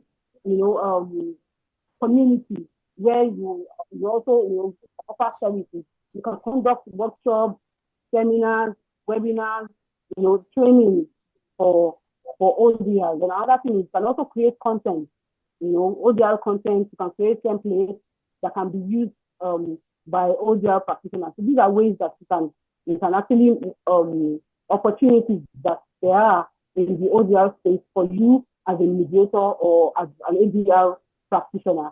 Then next, I would want to go to the ethical considerations. Ethical considerations, number one, Ms. Felicia was talking about confidentiality. It's very paramount in ADR. Confidentiality is very important. You cannot in any way go about, divulging information of parties that are before, that the case is before you. You cannot give it away, you cannot just, to chat about it. So it is very important that even as an ODR practitioner, that you hold on to these assets. And also data protection, which is very vital because you're in the internet space. You have to be very careful and ensure that whichever platform you're using for your ODR, is well secured, not one that before you know it, the next thing, the internet has all the information that the platform you're using has exposed itself to. Then also impartiality and neutrality. This is very, very important as an ADR practitioner, and also is part of the ethics that you have to keep as an ODR practitioner as well. And also you need whoever it is you're dealing with, the parties, they have to give consent, to them being on the platform, and also they have to have an understanding of what it really takes to resolve disputes via ODR. They need to be educated. So it's your job. You first have to get the requisite education so that you will know how to educate and sensitize your clients or whoever it is that is before you as a mediator in an ODR environment. Then also fair hearing and due process. This you cannot even overemphasize, because when there's no fair hearing, you really can't say there's justice. Then also accountability and the integrity of the platform. Okay, for example, you want to use a Zoom app for your ODR session, you have to ensure that it's a secured platform. You can even use WhatsApp. That different methods, as long as you have a smartphone and internet connection, you can actually start up an ODR practice. Then the next also to consider the emerging trends in ODR. And thankfully, like I said, COVID year was the year that jolted so many of us back to reality, particularly those of us in this climate. During that period, we saw how the court was able to quickly switch, and now we have some courts that, like I said, even today, they still have virtual hearings. They adopted virtual hearings. I'm sure someone had mentioned maybe back in 2003, that there will be a time where you have to be having virtual hearing. I'm sure everyone would have looked at how possible is that. But here we are today, it's possible. There are some courts that even after COVID, they still didn't stop having virtual hearings. And as a matter of fact, even some courts have moved to e-filing. So as you can see, the court is also gradually integrating ODR into their system. And also another thing is how AI has also enhanced the practice of ODR. They can help with predictions, they can help with document analysis. AI can also help in many ways, even with negotiation. So these are things that we are seeing now, the trends that are actually coming up in the ODR space. Then also we have the hybrid ODR model, where you combine online and in-person sessions, particularly for complex cases, or different matters now can be resolved via ODR with a mixture of online and in-person sessions. Then let me just move on. Okay, then also the blockchain and smart contracts. That aspect also is not left out. It's a growing space in ODR, where we have smart contracts, embedded with ODR clauses for automatic enforcement, and also the blockchain enhances transparency, auditability and cross-border enforceability. As you can see now with the use of ODR, when it comes to enforcement, because there's no border as well, particularly when it comes to mediation, it's borderless. And with that, so many things can actually go on, and as a practitioner in that space, there's just so many advantages, with the trends that is coming up. Then also we have sector-specific ODR. We have some sectors that are coming up now, designing platforms, online platforms, e-commerce, increasing ODR in their system in such a case where there's a dispute. You really don't necessarily have to go to court, or you have to maybe go and see a mediator somewhere. Right in the system, the built-in dispute resolution platforms on their even the fintech industry, the insurance industry, different industries are coming up with ways by which they can maximize use of ODR. And these are trends that are evolving, and they will continue to evolve. And also the consumer complaints being handled by the different bodies. We have online real estate that sector also, they have inbuilt ODR systems. Maybe some of them have not really been so developed in our own time, but it's something that we all can look forward to and be able to, to cash in on when this all comes, as long as you have an open mind and you're willing to learn, because it's all about understanding, learning and learning when it comes to technology. So it's not this is not the time where you just sit down and say, oh, let the younger ones, let them go about doing it. Well, I really don't like it. It's not for me. That's not true. It's limitless. It's ageless. Like the space accommodates all practitioners in all levels of life.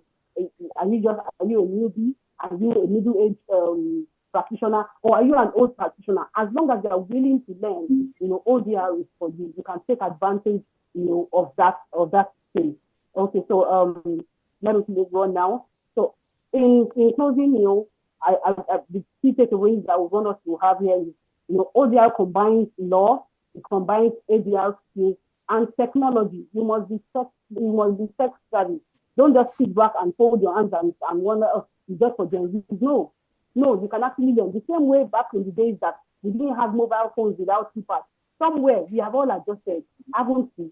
We have all adjusted. So if you can adjust to holding a mobile phone and without keypad and making calls and sending chats and sending voice notes, then you can actually adapt.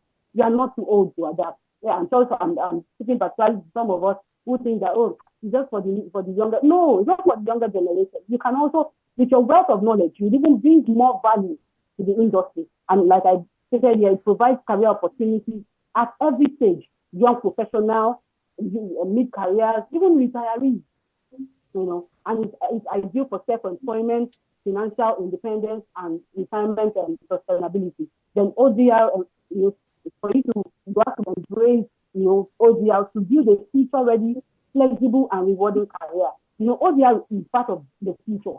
In short, it is the future of this revolution, because look at how things that you are sitting in the comfort of your home now and order online for things and get them delivered to your house. So if you can actually do all of that, then you are ready for ODR. So don't sit at the back seat and expect that only those that are young should be the ones that be going in the forefront. You are not involved. No, it's also a time for you to sit back.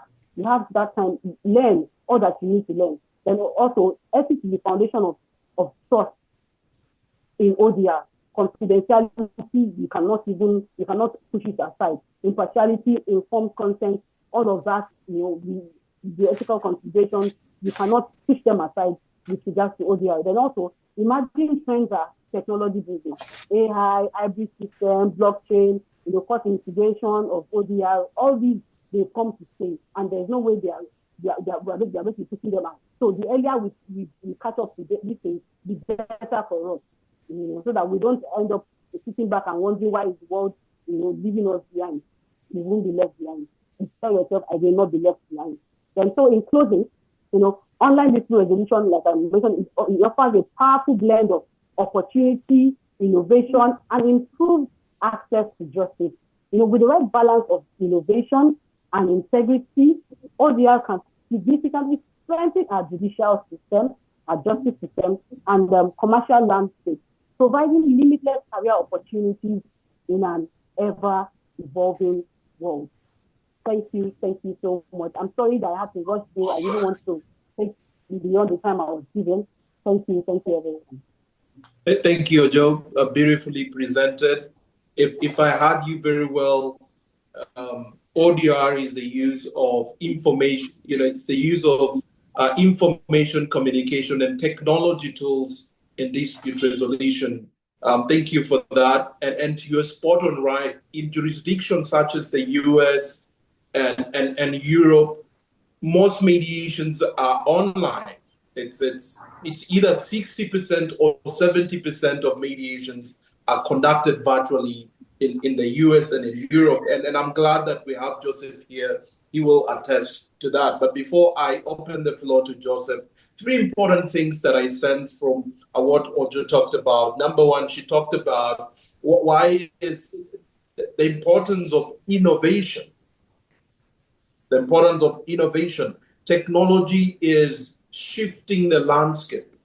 We're already caught up in a paradigm shift simply because of technology. Then secondly, she talks about opportunities that are rife right now as we talk about the use of technology in dispute resolution. And then thirdly, she talked about ethical dilemmas, data protection, data management, confidentiality. Do the parties trust the technology?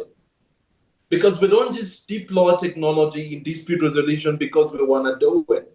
Remember, mediation is a party-driven process.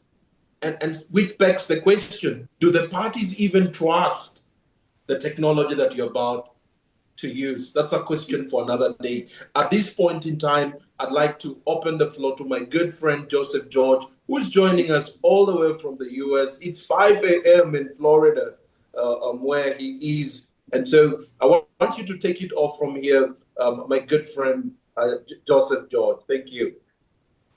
Good morning, everyone. Thank you so much for that.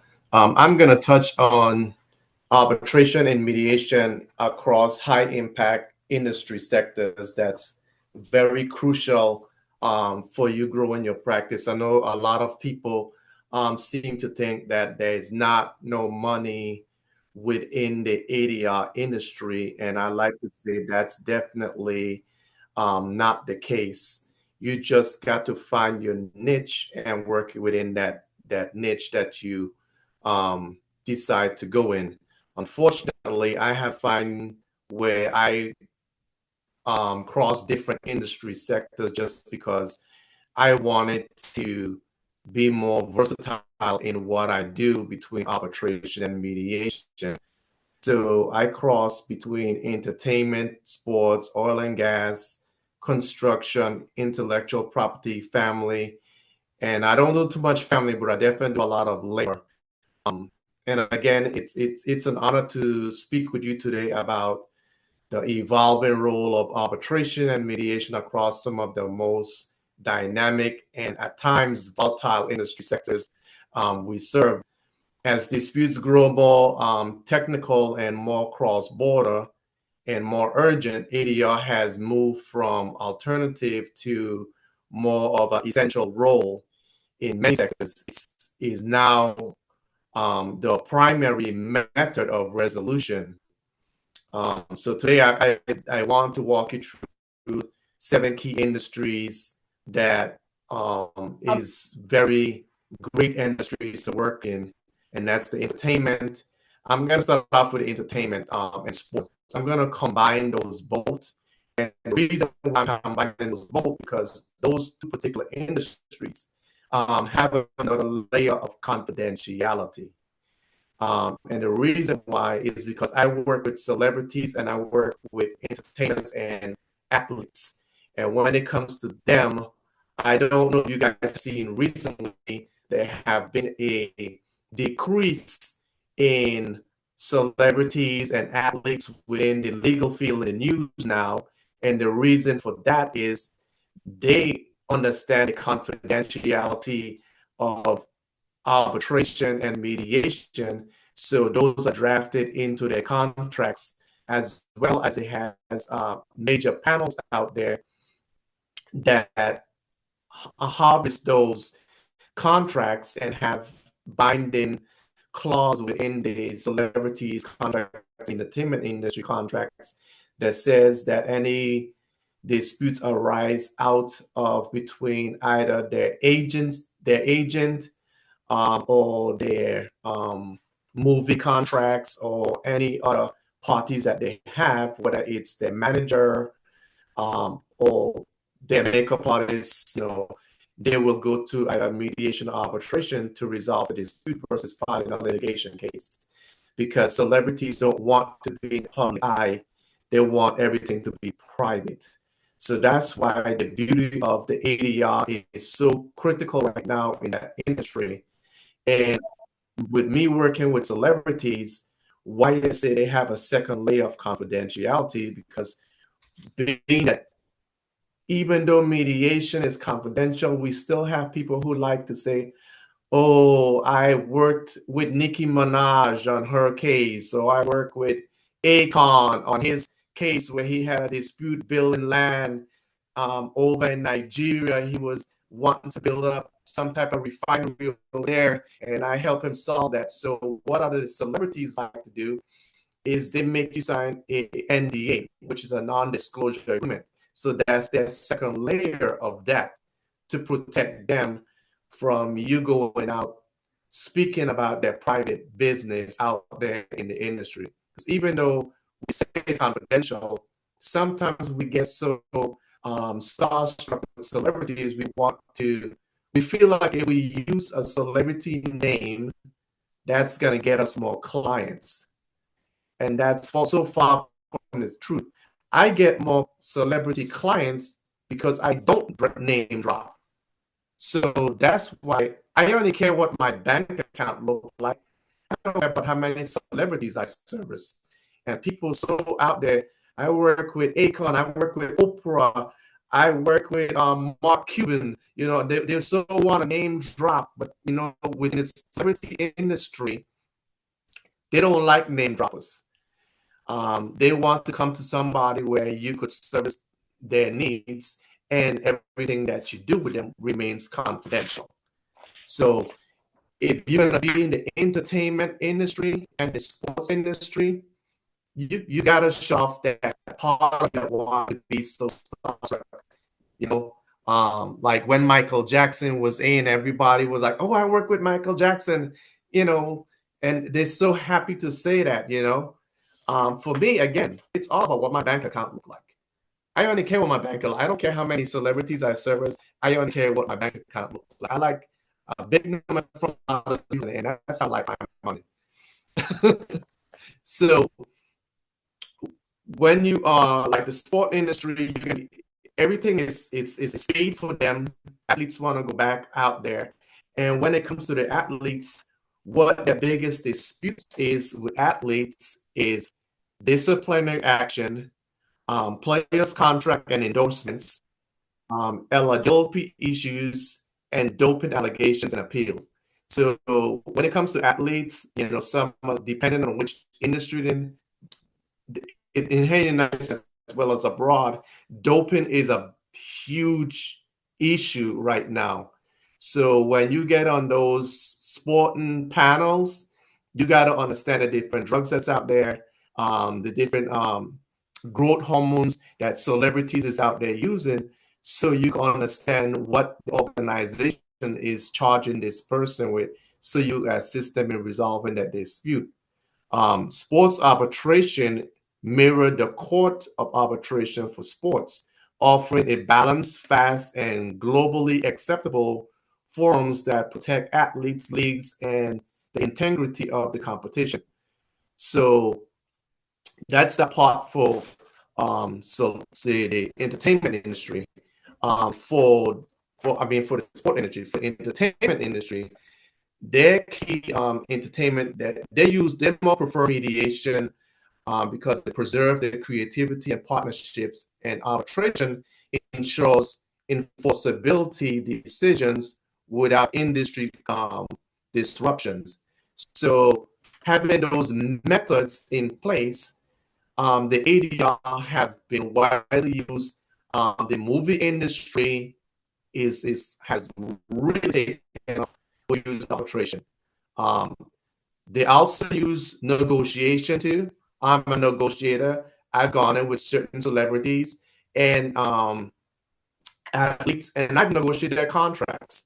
I've negotiated up to $10 million worth of getting an athlete paid a year, because you got to remember. Let's use Shaquille O'Neal. If Shaquille O'Neal comes to me and he says the league offer him $2 million, but I know he's putting out work. He got to say Coca-Cola got him a sponsorship deal. He's got all these deals from these other people. I will go to the league and say he's hot right now. I think he's worth $10 million, not $2 million. And then you always want to negotiate from the high number up. So if they offer him $2 million, you gotta expect their top dollar is $15 million. So you can take your top dollar all the way up to $20 million. So you can start from $20 million to $25 million and start to come all the way down. But you gotta have your breaking cap where it's non-negotiable. So even though they offer him $2 million, you're gonna try to start at $15 million and fight with that $15 million at least for 5, 6 hours. But keep in mind with negotiation, you got to be willing to walk away on the table when the deal is not right for your client. You got to be able to walk away and say, this is not right. You just can't accept what they give you because you're fighting for your client to get that number. So if you're going to be in the sports industry, you got to have negotiation skills, got to be top notch. You got to have a backbone. You can't be afraid of these industry giants, because when you go in there, you're working with top negotiators. You're working with some top attorneys who be in the room. Sometimes when the room, when it's these big organizations, you going in the room. I've gone in the room with 15 attorneys sitting at a table, and it's just me one. So it's kind of like David and Goliath. You're going up against these big firms, and it's just you inside the room. But there's tricks of the trade when you're going up against these organizations that you're going to do. So that's it for the sports industry and the entertainment industry. Now let's go on to the other part that a lot of people is not too much into, but is the biggest money of all the industries, and that's the intellectual property. The intellectual property has the most money. It's the most rewarding because it deals with a lot of royalty. And royalties means that it's money from years and years not to come. Especially if they have a patent on it, and that patent can be held up. They could license that patent out or license that intellectual property out in multiple industries to create different streams of income. Where we come in as ADR professionals, we come in where that intellectual property is breached, when somebody breached that contract or somebody is infringing on that contract or they're infringing on the rights of that intellectual property. So before they go to court, with intellectual properties, we usually send them out what you call a cease and desist letter, letting them know. You have to send 3 of them out to let them know, hey, you're infringing on my rights. If they continue, you send them a second one out. Then you get them a final notice of infringement right with litigation or arbitration process to go. Where we come in as ADR professionals is because the common disputes, confidential speed creativity, that's mostly. But the common dispute is license agreements, patent infringements, royalty audits, and cross-border IP enforcements. So that's where we come in. And in IP mediation and arbitration, we provide custom and business-friendly solutions that litigation simply cannot tailor. So when it comes to IP, we could be a little more creative than litigation, because when you go to litigation in IP, it's pretty much you fighting, there's 2 sides fighting for the rights of that intellectual property, which is going to be heard by a judge, where you're going to have a winner and a loser. But in ADR, as you guys know, instead of ADR, as far as mediation, you assist both parties to come to a better resolution. When it comes to the arbitration part of it, we are their judge and jury in London. And what we want to do is we want to make sure that we know that sector very well. So when you're going to be out there in these cases, you want to take on cases that you have strong background in. And if you don't, you could still take on a case, but you may have to bring on somebody else, like another arbitrator, another mediator who has strong background in that skill, and you and them could work on that case together. Because sometimes we get big cases. I've gotten a case that was so big, it was so much money, I brought a second person in because, hey, we could split the money. Why lose the client when we could share the pot? So always remember, don't feel like you're going to be alone out there. Just call up somebody, another resource to help you work on the case.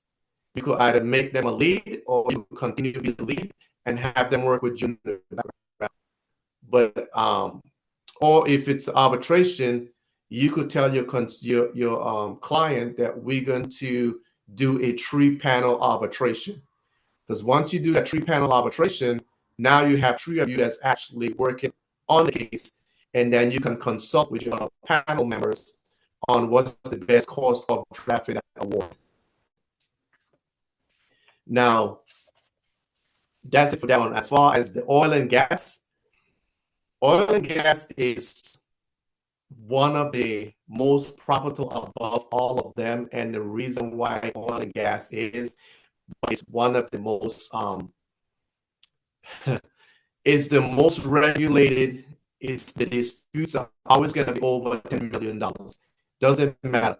And the reason why oil and gas is that is because oil and gas disputes is you have joint venture agreements where sometimes you could have a developer in that state or country is working together on the land to get whatever resources from the land.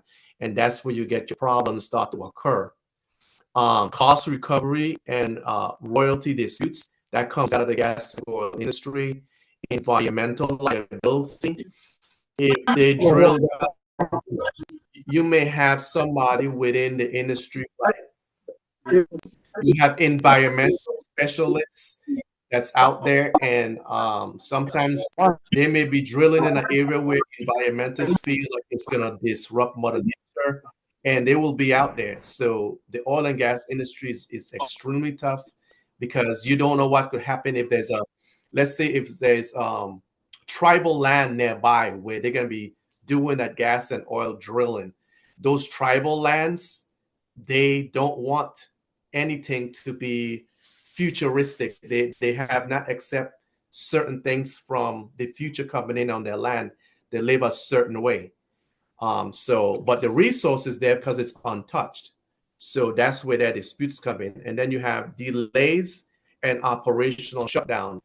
And again, that delay operational shutdown, again, if you have any type of tribal land nearby, I know Africa has certain tribal lands nearby that cannot be touched. They're protected.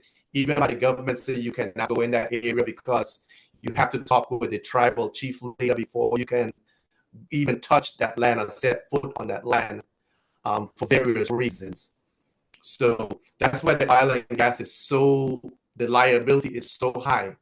But you need to go in there, and if you're going to be in the oil and gas sector arbitrating, you need to connect with a lawyer or a law firm that specializes in that area, because you're going to need to get some resources from that attorney to make sure when you're arbitrating or mediating, you have your facts on that area. Construction, as you guys know, construction is one of the best industries. I think Victor and me and Nanchan, that's our bread and butter in the construction industry. I do that so much. Construction is one of the most complex industry because you're building and you have so many sub trades that's on the construction site that sometimes you have contract disputes, sometimes certain languages not drafted into the contracts. But to me, in the United States, our biggest problem with our construction people is grabbing contracts from online instead of having an attorney draft a contract specific for their company. They go online, they get these little subcontracts online, fill in their name, and they think they have themselves a contract. You have a contract, but you're not protected, and that's the problem. Having that protective liability to the contract is what actually holds each person accountable. Like lien notices. I don't know if you guys have lien notices over there. We have lien notices over here that says you have to give the owners doing construction, you have to give them a lien notice. And that lien notice, what it states is, it lets the owners and the developers know that I'm working on your property and I need to get paid. If I don't get paid within a certain time frame, I can lien on this property until I get paid. So that's what we use in the United States. But also on your contract, you have to have drafted in what you call performance clause states, if I feel any subcontractor that's working on my property or working on my project and they're not living up to the work conditions that I expect, whether it's OSHA conditions, safety conditions, or lateness all the time, they're not performing behind schedule, you could terminate that person off your project, bring a new contractor in to fit their work, and you don't have to pay that person. You can actually draft in a term and condition that states, if I have to bring another contractor in to finish your work, whatever he's going to charge me extra, I'm going to bill you for it. So you can draft that into construction contracts too. And that's what I always explain to construction people when they come to me. And then you have what you call different site conditions. Different site conditions in construction means that there's conditions, the plan that was drafted by the architect was not met the needs of what the building code was supposed to be. So now you have to go, for me, a lot of people don't do this as far as in the ADR industry. So I'm gonna tell you what I do. If I have to go out on site, on a construction site, meaning that I have to leave my office to walk on the site to look to see what both parties is talking about, I charge a $250 on-site fee. Because now I'm leaving my office. If it's out of state, I charge $250 per hour travel. So if I'm gone for 4 hours, that's $250 per hour for 4 hours. So that could rack up a good extra $900 in just traveling fees. So you're making money on charging what you call administrative fees, then on-site fee, and travel fee. And then you tell both parties can pay that cost. So again, the construction industry has a lot of things that you could do within that industry. I can jump straight to cross-sector insights because when it comes to the cross-border, you have companies who have multiple companies throughout the United States. They could have it in Africa, they could have it in India, they could have it in China. With me, I work, because I'm international, I work a lot of those cases. When you get on some of those panels are different than you being in different areas. So in those different areas, like the panels, like let's say in Abu Dhabi, they could have a $10 million case. That $10 million case saying that if you work on a $10 million case, you get 15% of that case dispute. So that means that you could probably end up working on a $10 million case. You probably could end up making $60,000 off of that case. But again, when it comes to working in cross-border and different industries, you just know what you're doing. Make sure you have your background. Do your research on the company before you take the case on. Again, have a resource book. Have a resource for attorney, have a resource for arbitrators, have a resource for mediators. Has another resource for negotiators. Have your Rolodex of those people so when you get those clients, you can serve them to the best of your ability, because this is a growing industry and a growing profession. And I always like to stress to all ADR professionals, this is a professional industry just like an attorney, just like when you go into the courtroom, dress appropriate. Don't just go in there in some jeans and some shoes or some slacks, some sweatpants and think that you're Mr. Cool. Go in there in a suit and tie, let them know that you mean business. That's how you're going to make your money. And don't be afraid to charge what you're worth, but you got to know what you're worth. You got to know your value. Because I charge $350 an hour doesn't mean that you can charge $350 an hour. You may be $100 guy. I know a guy right now, he charges $1,000 mediation per hour, but he's a $1,000 guy. I haven't reached that status yet. Am I going to get there? Yes, I'm going to get there. But again, know your market also. He's probably in a market where he can afford to charge $1,000. And when I call him up to find corporations, he says, I don't deal with person-to-person mediation. I deal with big corporations doing mergers and acquisitions. So that explains why he's charging $1,000 per hour. because those corporations is dealing in multi-million-dollar business deals, so he could charge $1,000 an hour. So again, know market and don't be scared to charge what you want to charge for yourself. Don't sacrifice quantity over quality, because you're gonna mess yourself up. So with that being said, thank you guys. It's been a pleasure always coming out with SHATI and the Settlement House to help you guys, to work with you guys on any type of conference or training materials that you guys want to do. I enjoy doing this. And we're having some mock trials. My firm actually is launching a mock trial program coming out soon, where we can be doing different mock trials to help mediators, arbitrators, anybody who's coming into the industry new. We can have you guys go into these mock trial programs, test out your arbitration skills, and we're going to work with you on drafting arbitration awards. We're going to help you elevate yourself to be a top mediator within the industry, so we can actually be doing scenarios from actually real cases that I've personally worked on, Mr. Victor worked on, Nachan has worked on, other industry professionals that I'm working with right now that they have worked on, to actually get you guys to actually get the training that you guys need. Because sometimes we come out of school, we get our certification, and then we do nothing with it. It's sitting on the shelf capturing dust saying, oh, I can't get no clients. Nobody's calling my phone. Well, how can they call your phone if they don't know you? Use your social media. Use LinkedIn. Use Facebook. Keep putting stuff out there. Write small little articles to get you out there, to get you noticed. Keep doing it all the time so people could see you and people could know you. Don't think that, okay, Nanchan, man, hey, what's going on? I haven't gotten no clients and I just finished your school 2 months ago.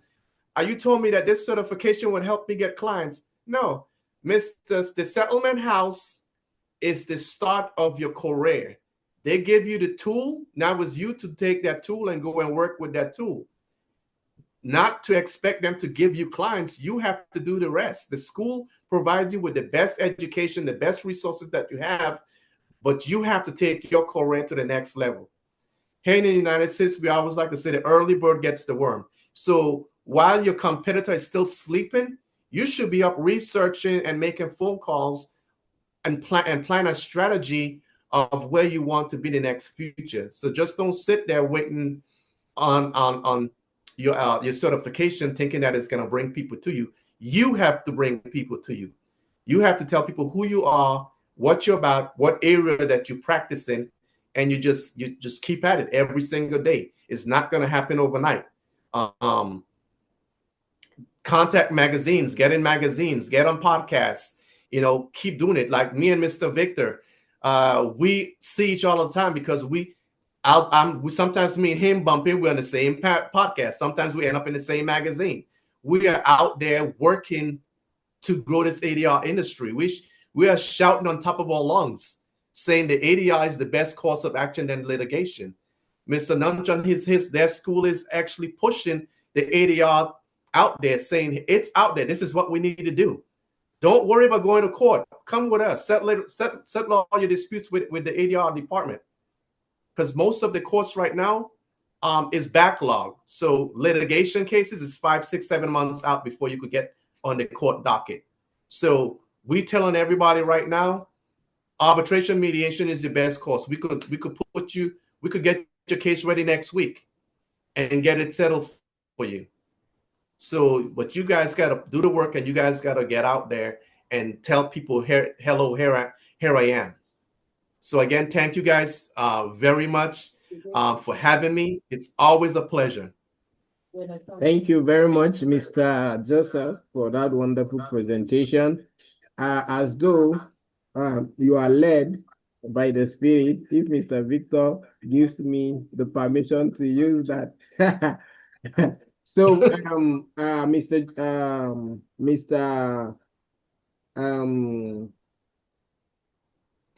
Mr. Samuel was supposed to be here, but I can see that Mr. Joseph has taken some of the things he was supposed to speak about. Unfortunately, he had an accident. He sustained a cut on his thumb and is presently in the hospital. But thank you so much, Mr. Joseph, for actually diving in and then doing most of the things that he is supposed to. So thank you so much for that. So No without problem. waste of time, I will still hand over to Mr. Victor so that we can conclude the session and allow the participants to ask 1 or 2 questions. We still have some of panelists here if they have 1 or 2 questions. So Mr. Victor, you tell us about some of the things that... Oh my goodness, I've been speaking the whole weekend today. I was just planning to write my notes and listen, and so far I've listened a lot. Just to summarize 3 things that Joseph has talked about: finding a niche or developing a niche, very important.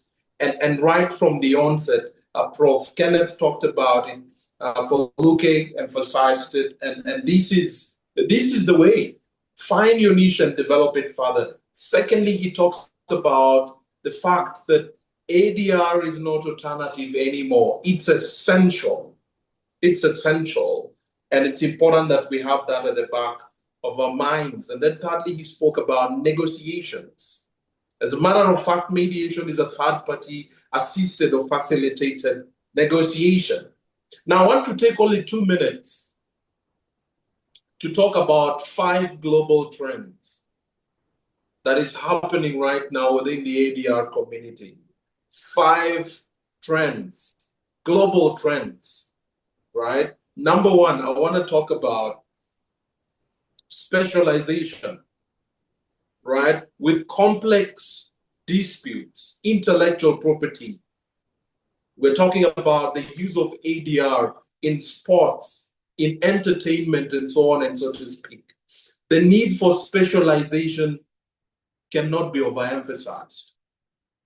There are certain specific sectors. If you look at the oil and gas sector, there are certain nuances, right? Or subtle basic concepts that you as a mediator, unless you develop a niche or do your research within that sector, you might not understand.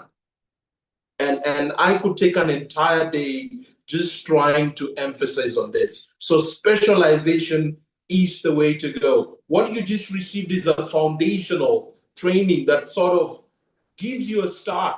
But in your journey, you will need to specialize. You'll need to go a step further. Secondly, the use of ADR in public international organizations. Now, what do I mean by public international organizations? I am referring to organizations such as the United Nations.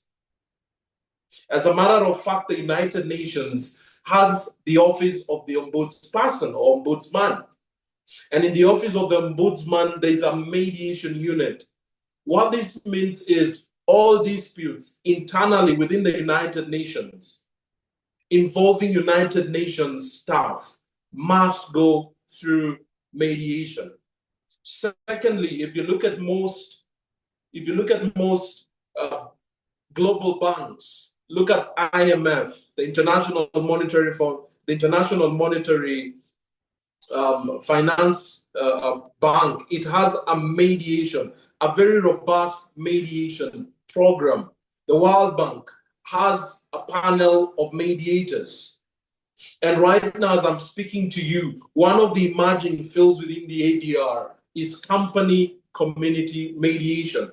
This is where you have large infrastructure projects that often have adverse consequences on local communities. And so mediation has become a better way of resolving such disputes. Why? Because mediation is consensus driven. Mediation is party driven. In mediation, solutions are by the parties, from the parties, and of the parties. I'm going to repeat that again. In mediation, solutions are by the parties, 1, 2, from the parties, and 3, of the parties. And that brings me to the third global trend that is happening right now. We are all witnesses of this.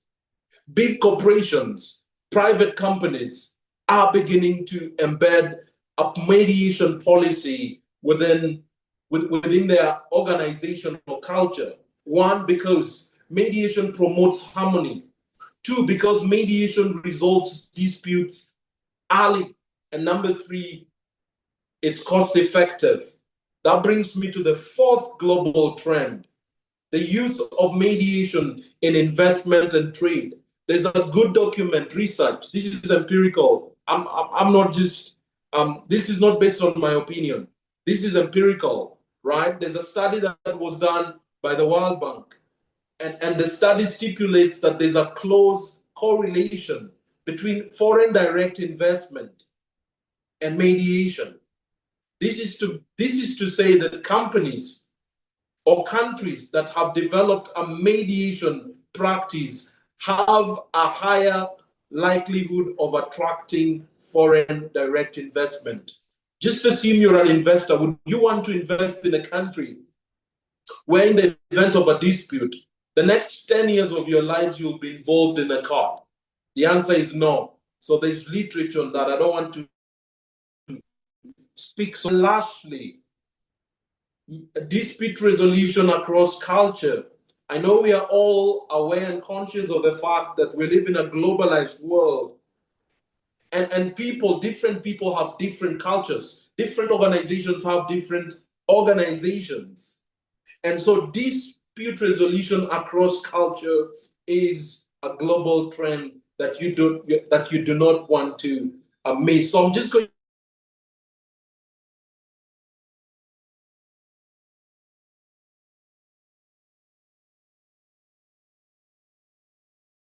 the United Nations, the World Bank, the African Development Bank, as a matter of fact, has its own panel of mediators. This is for you to research. Number two, I talked about the incorporation of mediation policies within organizations because of the various benefits and pros of mediation. Number three, I talked about specialization, sector-specific specialization. The world, for instance, in sports, FIFA has got a mediation program. You can check it out later on. And then number four, I talked about investment, the use of mediation in investment and trade. And right now, as I speak to you, the government of Dubai is putting together what they're calling the Dubai Mediation Center. And this is interesting in so many ways. One, because it's public-private partnership. And so the government of Dubai is collaborating with private practitioners to see to it that they put together the first government-owned and driven mediation center across the world. This is a paradigm shift. This has never been done before. This is potentially precedent-setting.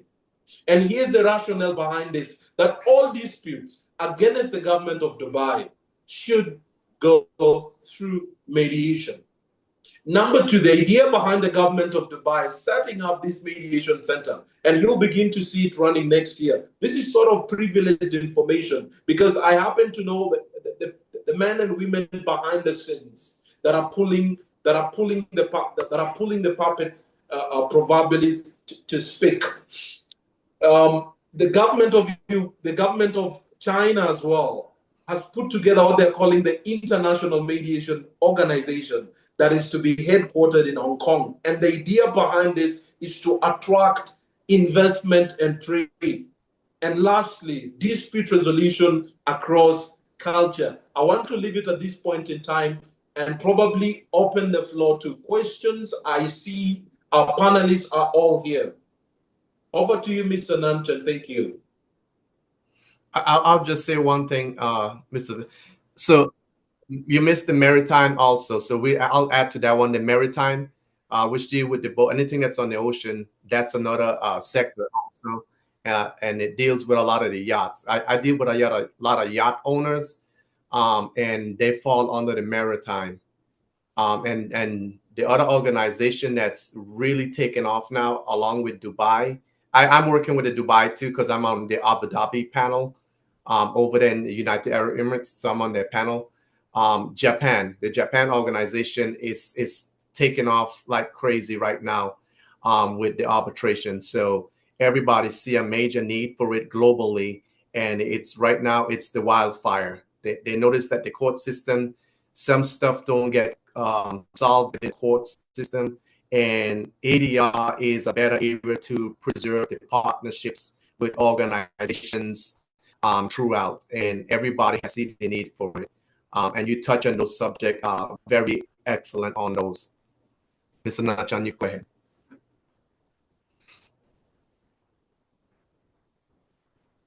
All right. Thank you so much for that. To the participants, do we have questions? This is an opportunity for you to ask questions on some of the issues and matters that were discussed and raised. We have some of our participants, we have some of our experts here that will try to answer your questions. So, Mr. Ben, put on your camera and ask your question. And anybody who have questions, they could put it in the chat also, so we could read it from the chat. Yeah, that's good. You can also drop your questions on the chat in case. Mr. Ben, you can, okay, I actually, yes, go ahead.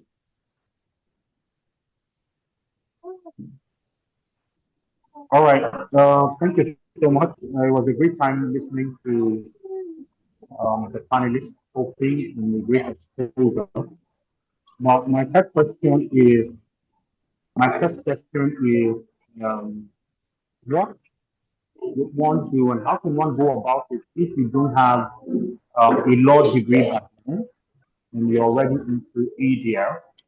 I've checked Victor Barbados talked about FIFA mediation, for instance, and I looked it up. One of the first criteria is a law degree. How does one go about it if you're already advanced and you do not have a law degree? And then secondly, how does one pick up a specialization that is global, starting from the basic and growing? I heard Mr. George who said we need to start broad, then we can streamline into the particular field. How does one? All right. I don't know. I think Mr. Joseph should comment on that because we happen to be lawyers and he is not. I didn't hear the question too, Clay was going in and out on my end. Okay, his question is, there are some profession, whether there are some profession, this aspect of ADR we're talking about that requires a law degree. So, and he is not a lawyer, and he is advanced in his own career. So I feel that since you are not a lawyer, but you are so much involved in the dispute resolution space, sphere, I think you will be in a better position to attempt his question. Oh, okay. Great question. So remember that in the ADR field, we are not lawyers when you go into the field. Now, on a panel may require you to be a lawyer to serve on their panel. But if you're doing mediation or you're doing arbitration as your private practice, even when a lawyer goes into arbitration, he is an arbitrator. When he goes to do mediation, he's a mediator. The law is very clear, as at least in the United States. Other countries have things different, but the law is very clear in the United States. When you're doing mediation, you do not give advice. You're not a lawyer. You do not give advice. You are there to assist the parties in resolving their dispute, not to go in there and plead a case. That's what litigation is for. So we got to always remember, when we are going to mediate, we are going to mediate and assist. And the key word is assist. We're assisting the parties in resolving their dispute, So we're moving information back and forth. Now, when we go into the arbitration process, we are arbitrators. We listen, and if it's binding arbitration, and I want to separate that because arbitration goes two ways. There's binding and there's non-binding.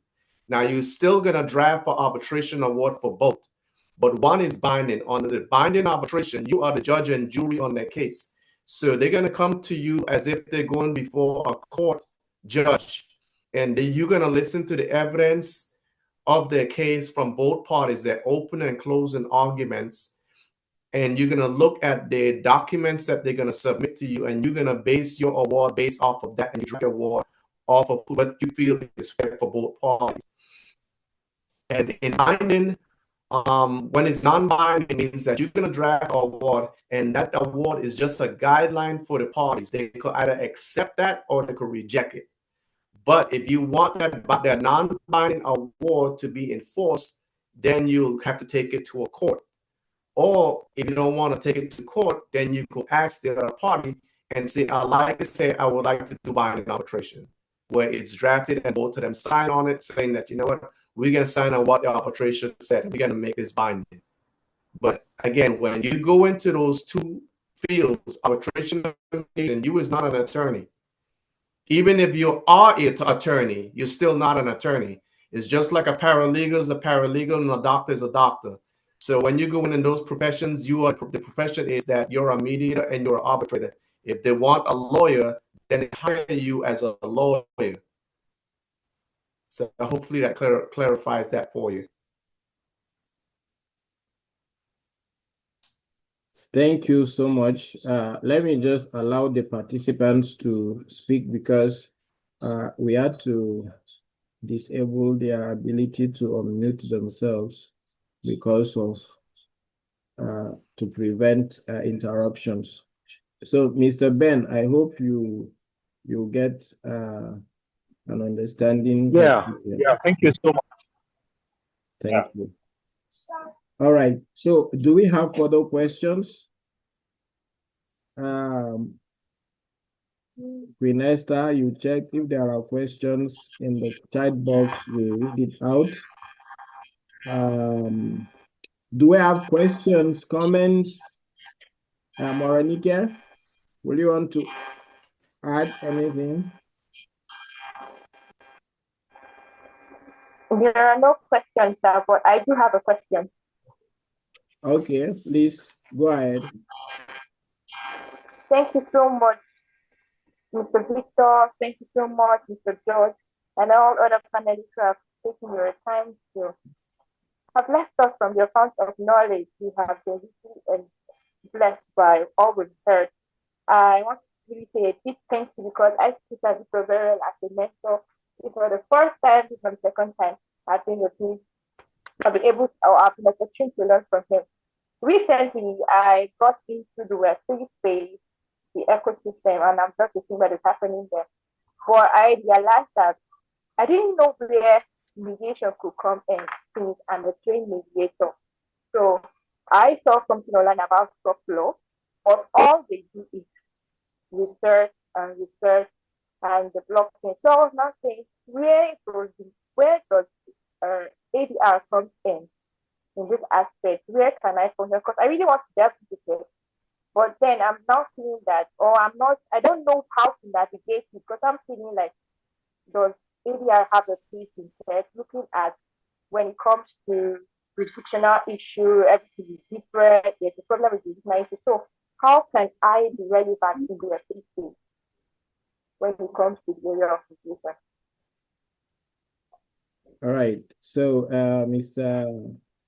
Mr. Joseph and Mr. Victor will comment on this. So briefly, Mr. Joseph, and then Mr. Victor.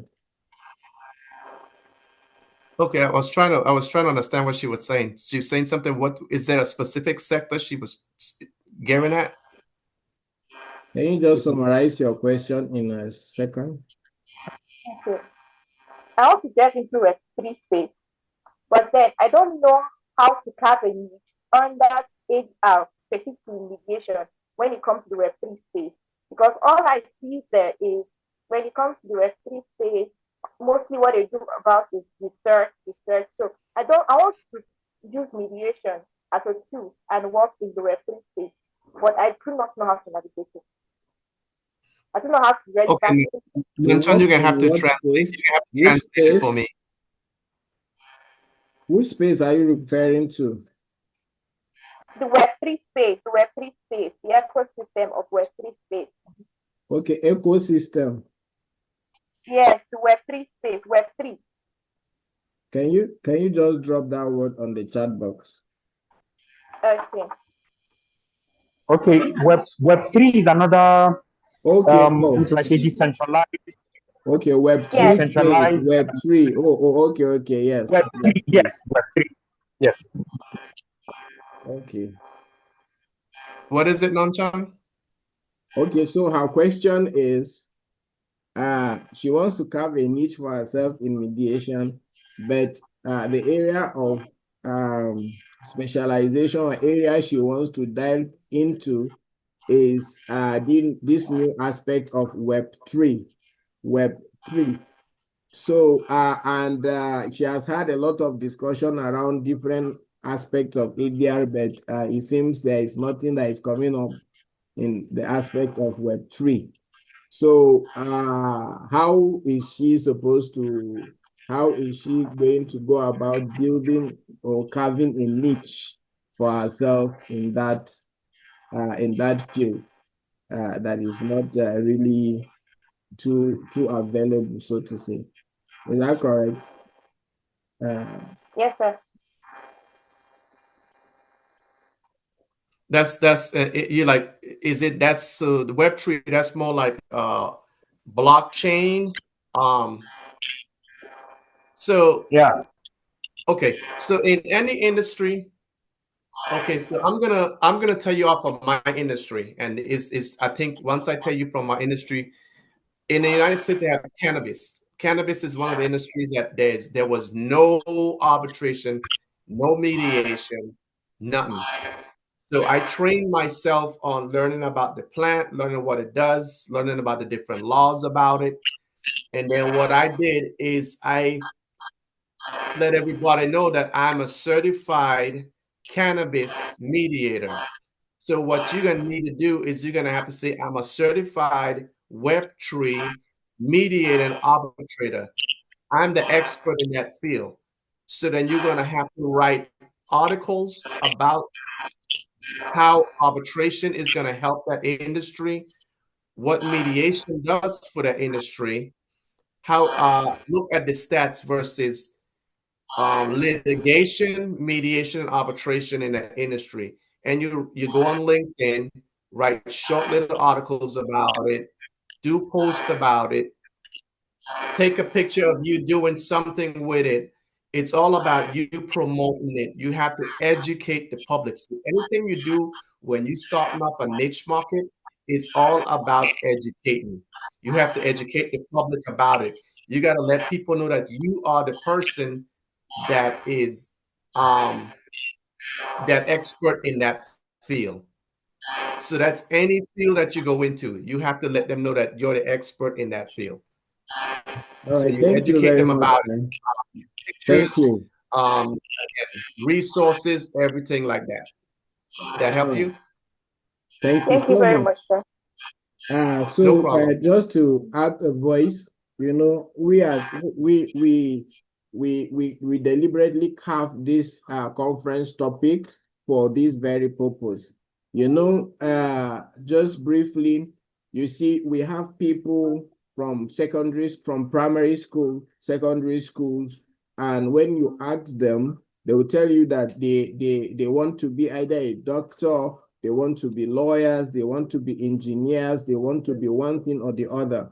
Now, the essence of this topic and this conference is to help the inductees and other people who are registered and are participating in this conference to understand that in whatsoever field that you find yourself, there is dispute resolution as a platform for you to actually operate on. So, for example, you have people who study estate management, and so you see a lot of people after their graduations, They just keep moving around from one place to another, dropping their CVs, looking for jobs here and there. And we are telling you that no, you don't need to do that. What you need to do is to understand that in your field, there are disputes and there are conflicts. In that area where you have so much understanding and you have become an expert, whether by going to school and acquiring knowledge or by practical experience, you possess so much knowledge and understanding in that field, you can train yourself, you can customize yourself, you can make yourself to be an expert in that field. Now, in addition to your practice, for example, as a medical doctor, you need to begin to let these people know right from time, from your classmates in school, when you are in secondary school, that, oh, I am now someone who is ADR inclined.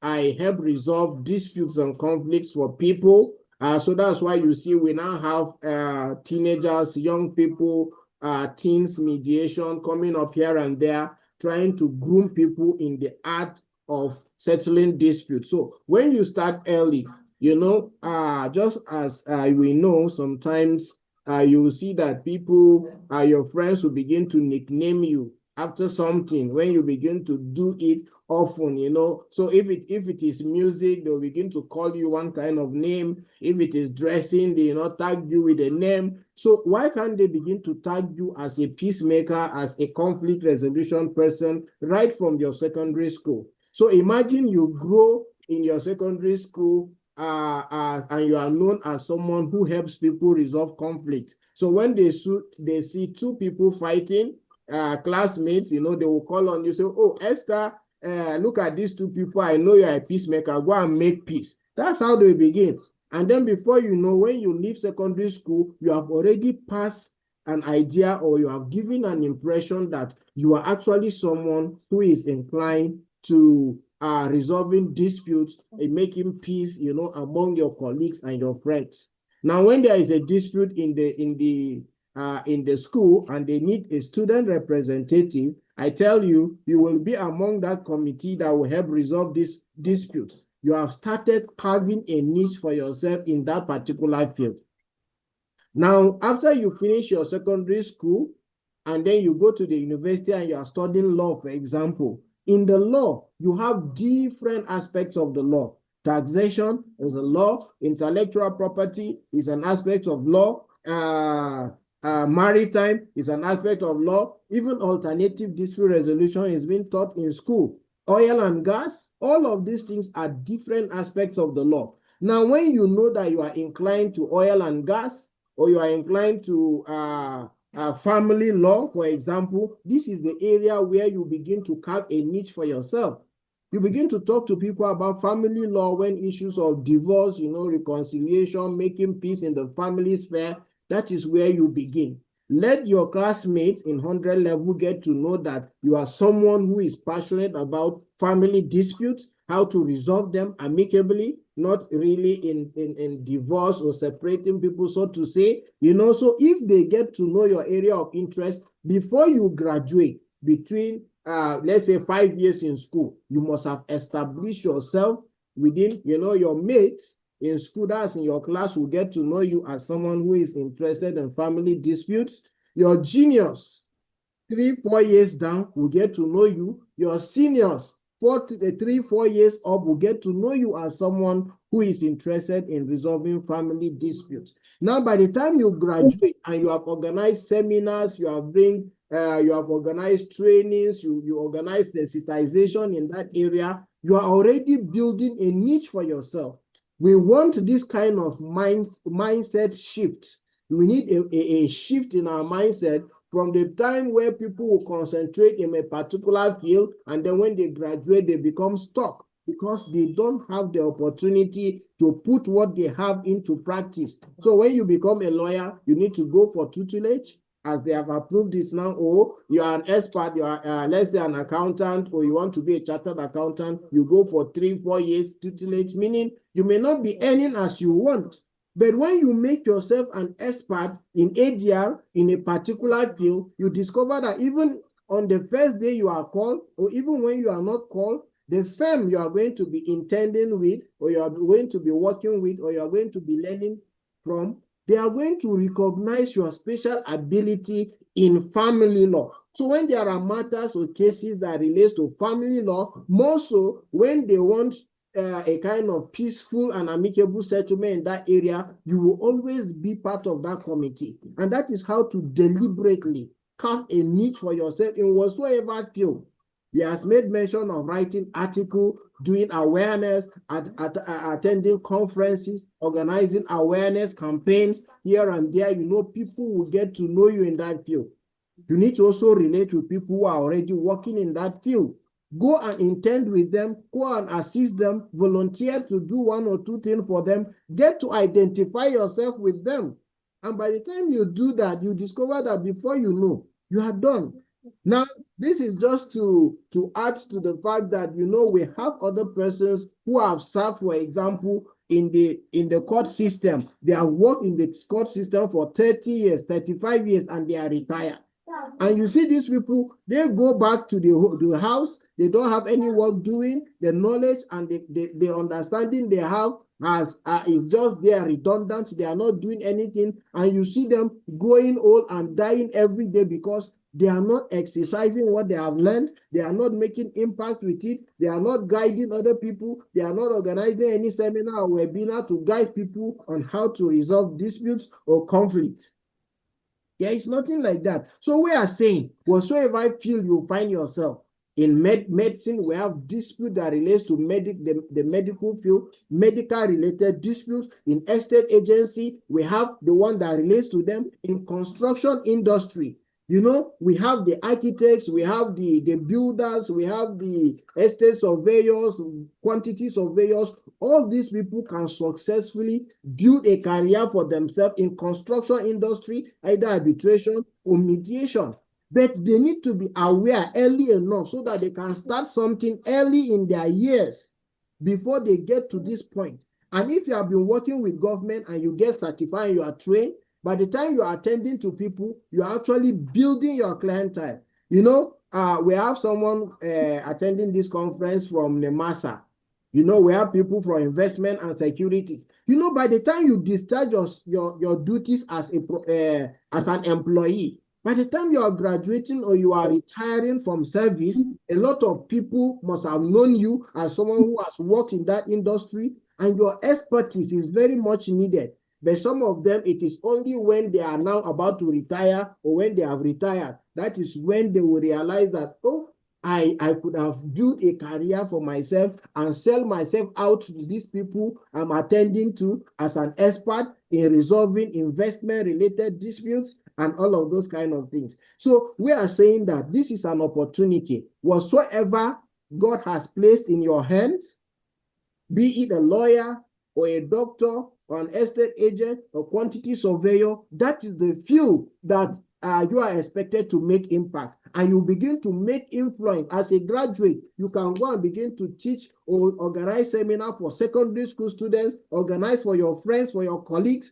organize for your community, and you can invite some of us. We can talk from afar virtually, we can visit the environment, talk to them about it, and you know what are you doing? You are actually selling yourself as someone who can organize trainings and webinars and you know, campaigns in that field, and they are seeing you as someone they can rely on. Why? When there is a conflict, you know, they can easily reach out to, so, oh, Esther was talking to us about this over and over. I think we should reach out to her. Let's find out from her. And that is how to actually steal the mind of the people towards yourself. Let me give you an example with myself. I live in Kaduna State. Settlement House ADR Training Institute started here, but it has gone all over the world. But what is our goal? When I started, my goal was I actually wanted to be one of the recognized ADR practitioners in Kaduna State and in Nigeria as a whole. So how do I start? You start gradually. You begin to make yourself get the trainings and the certification that you can get involved in, you know, and then you have to be deliberate. these seminars we're talking about, these webinars, everywhere you talk about it. When you come to if you come to Kaduna State, anywhere you find myself, whether I'm in court, I'm outside court, I'm always talking about ADR. And then sometimes they'll start calling you Mr. ADR. Oh, Mr. ADR has come. That is how to nickname yourself. So if you are looking for ADR practitioners in Kaduna State, by the time you call the top ones, when you are coming along the young ones, you will see that I will have to be there. I will be mentioned. So this is how you can deliberately actually carve a niche for yourself in whatsoever field and discipline that you are. All you need to, you can even Google, what are the likely disputes that may occur in this area of my practice? And you see a lot of them. You see a lot of them. So let me just stop here and use this opportunity to thank all our panelists who have created time to be in this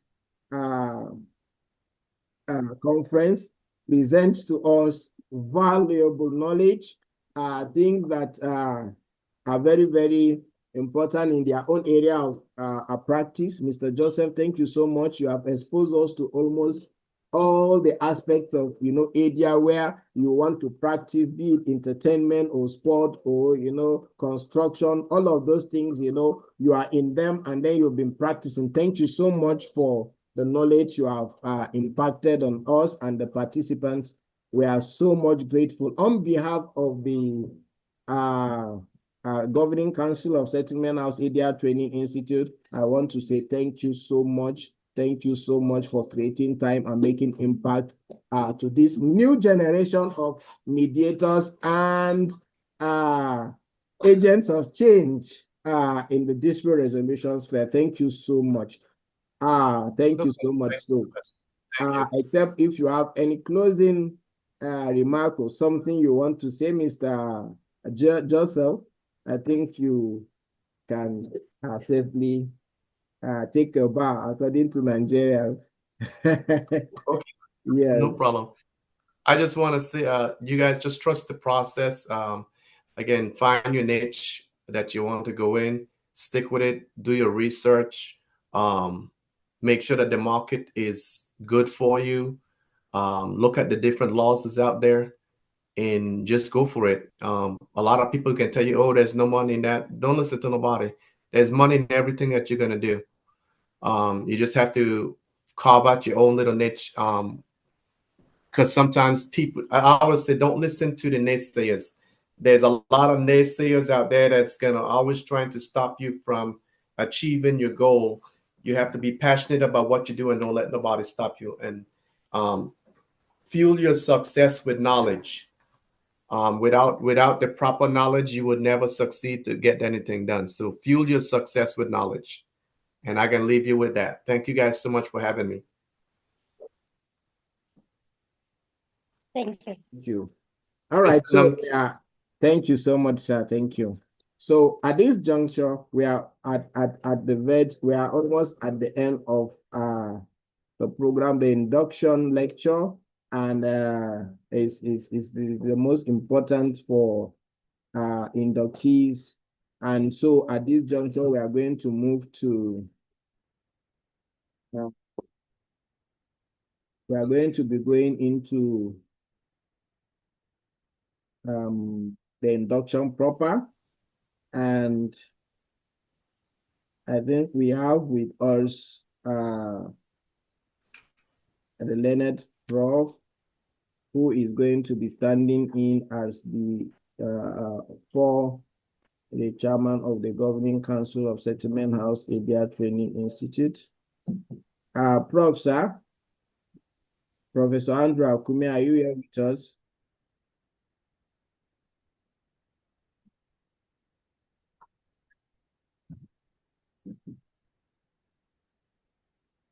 Professor Andrew Akume was here with us.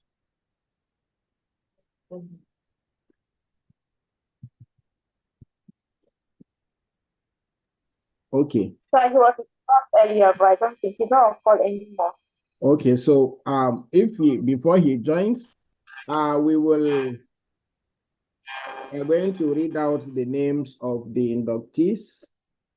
I'm going to invite my associates.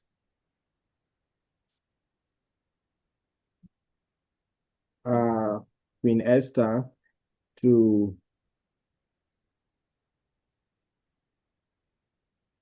at this juncture, please may I call on you all to put on your cameras.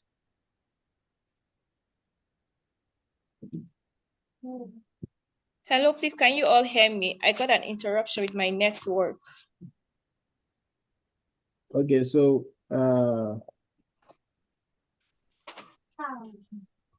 Nanchan, I can't see your screen anymore.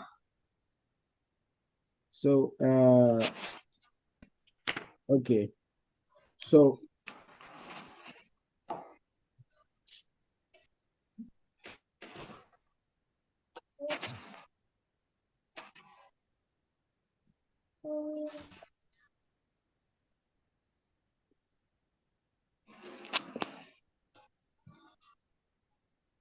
can you proceed, please?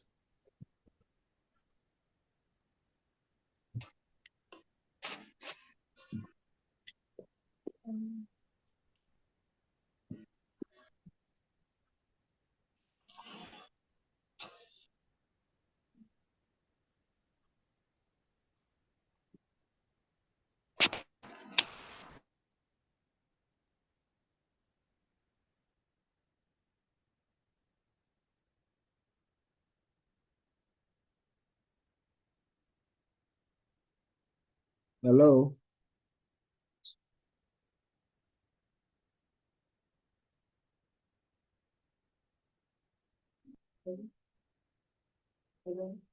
Please, can you hear me?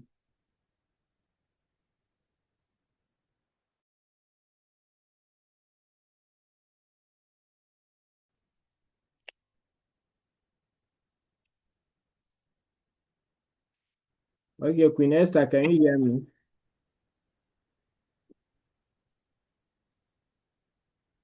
Queen Esther, can you hear me? Go ahead.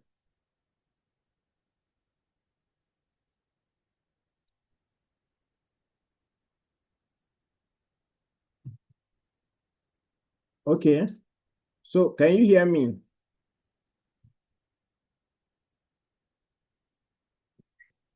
Can you hear me?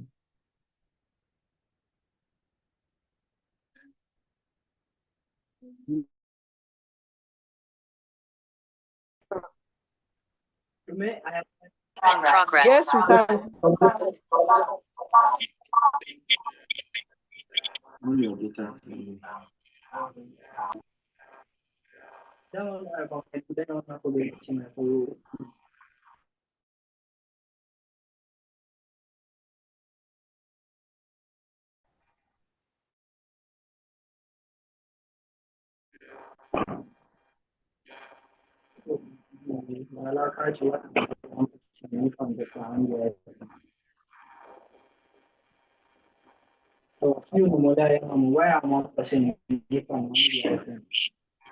Please, our indoor WF I'm going to mute everyone.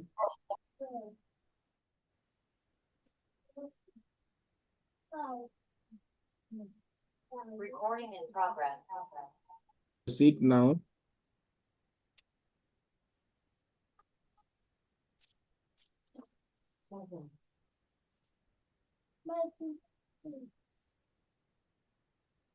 All right, please.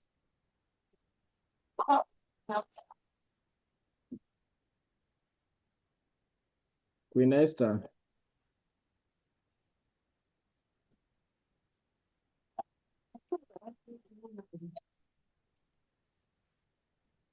Anyone see me? Network ɗin ma yana ta ɗaukewa.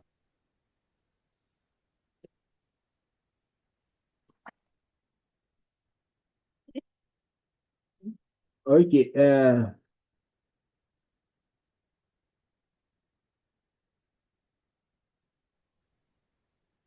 I you call your name in full.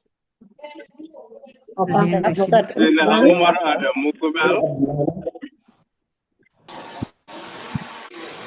Associate member, Associate member of Settlement House ADR Training Institute. of Settlement House Training Institute. Do humbly and voluntarily agree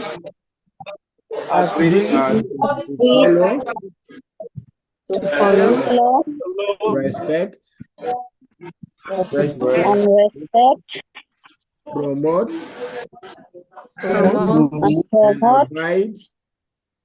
and abide by the Institute's professional ethics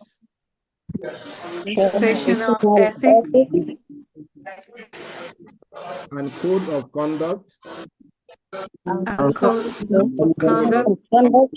which I was taught in the course of my training,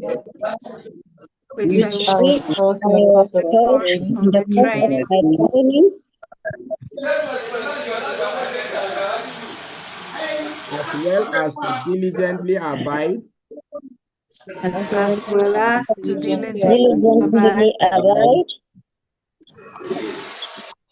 by the rules and regulations of the Institute.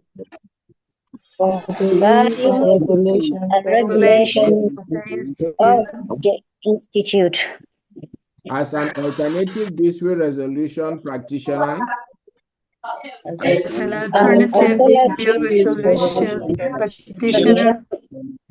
I will discharge my responsibilities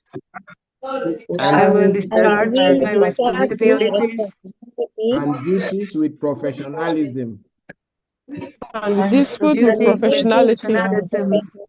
honor, integrity,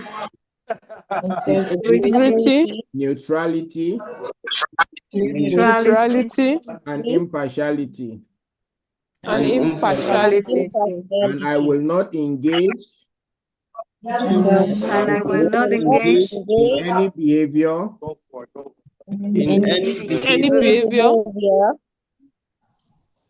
act or conduct that will tarnish the image and the name of the Institute. Or the practice of alternative dispute resolution.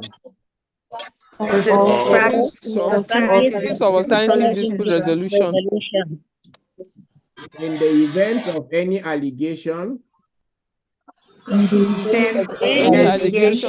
of professional misconduct against me, I willingly and voluntarily accept the result of the investigation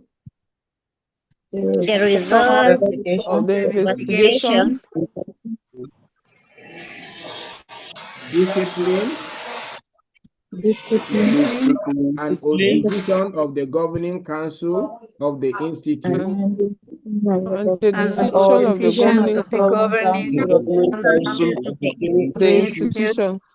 As final, including the withdrawal of my license or certificate.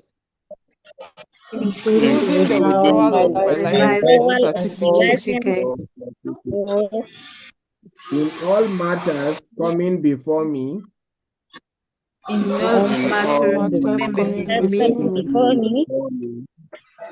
will discharge my responsibility with honesty and fairness. I will discharge my responsibility with honesty and fairness. So help me God.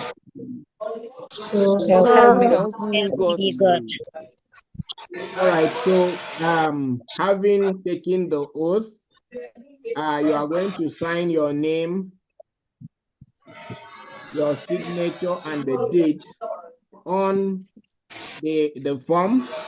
And by this, I hereby say that by the authority conferred on me by the chairman of the Governing Council of Settlement House ADR Training Institute, I hereby admit you all individually and severally as associate members of Settlement House ADR Training Institute from now henceforth. Congratulations to all of you. Thank you very much. Thank you. Thank you very much. Congratulations, congratulations, congratulations. Thank you. Thank you. Thank you. Thank you. All right, so by this, you have Thank you the so right much. and the power to affix after your name the title A SHATI, that means Associate Settlement House ADR Training Institute. By this,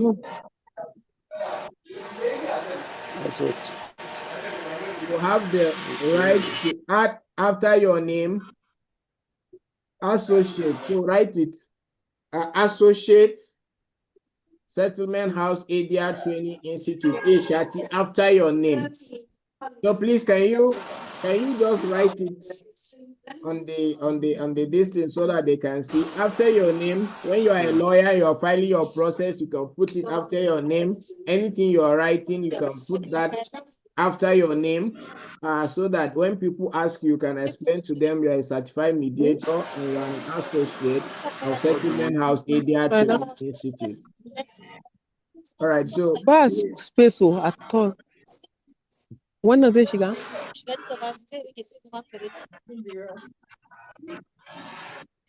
All right, so thank you very much. Congratulations. Please, as you go, you ensure that you represent the Institute well. We are going to be reaching out to you. We are going to be reaching out to you. We are going to be reaching out to you. And after this induction, please remember that you are supposed to continuously partake in the continuous professional development of the Institute. And we do that under the settlement hour. We bring out topics from different fields in the ADR space, discuss it by professionals. Sometimes we have panel sections. And then when you do, you have a certificate awarded to you if you are interested in certificate. So that is what you need to do. And when we have subsequent training, by virtue of this, you have become a part of this institute. And whichever state you are, we are going to start up the branch of SHATI in that particular state. So once you are up to 3, 4, or 5 in a particular state, of course, we can start a branch of SHATI. Remember your yearly obligations and then the activities of the institute. When you have opportunity for trainings and you want SHATI to come and train maybe members of your workforce, or you want SHATI to conduct trainings of any kinds in ADR, please feel free to reach out to the Institute for that purpose. By virtue of this confirming you are now an ambassador of the Institute, please represent the Institute well. Make contributions in the ADR space. Please do make contribution in the ADR space. You can go to your communities, your space, volunteer your skills that you have learned, contribute to making peace, resolve conflict and disputes. And that is a way to actually enhance the skills that you have learned. Please don't just use your certificates and drop them somewhere. Your certificates are ready. Those who are around the axis, please, you can pick up your certificate and then an induction package. And then those who are far up and you have someone that can pick that for you, please, you can humbly do so. Those who are far away, we can actually email your certificates. You are going to be having 2 certificates, one for the conference itself and the topic that has been discussed, and then the other one will be your associate certificate as an associate member of the institute. Well, for those who are lawyers and who have submitted their names, please, you can drop your name, your full name, your email address, your branch, the branch of MBA Nigerian Bar Association you belong to, as well as your Supreme Court number, so that it can easily be, we can forward it to the Nigerian Bar Association for them to award you your CPD point, which is going to be sent to you in form of certificate, and then this the CPD point that is awarded for that purpose. So please do not hesitate to drop those details both on the WhatsApp and on the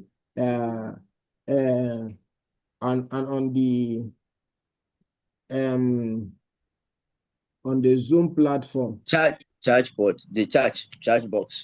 Yes, please don't hesitate to drop it so that we can compile it. The representative of Nigerian Bar Association has been with us to observe and monitor, so that when we submit your names, you will be able to say, yes, this person participated or not. And we are not going to tell you who that is, because his work is to monitor and ensure that this comply with the standard for the Nigerian Bar Association. I congratulate all of you. Please put what you have learned into practice, and don't be ashamed. So please, before we close, I discovered that Professor Andrew Akume is back. I think he has network challenge. He was actually nominated to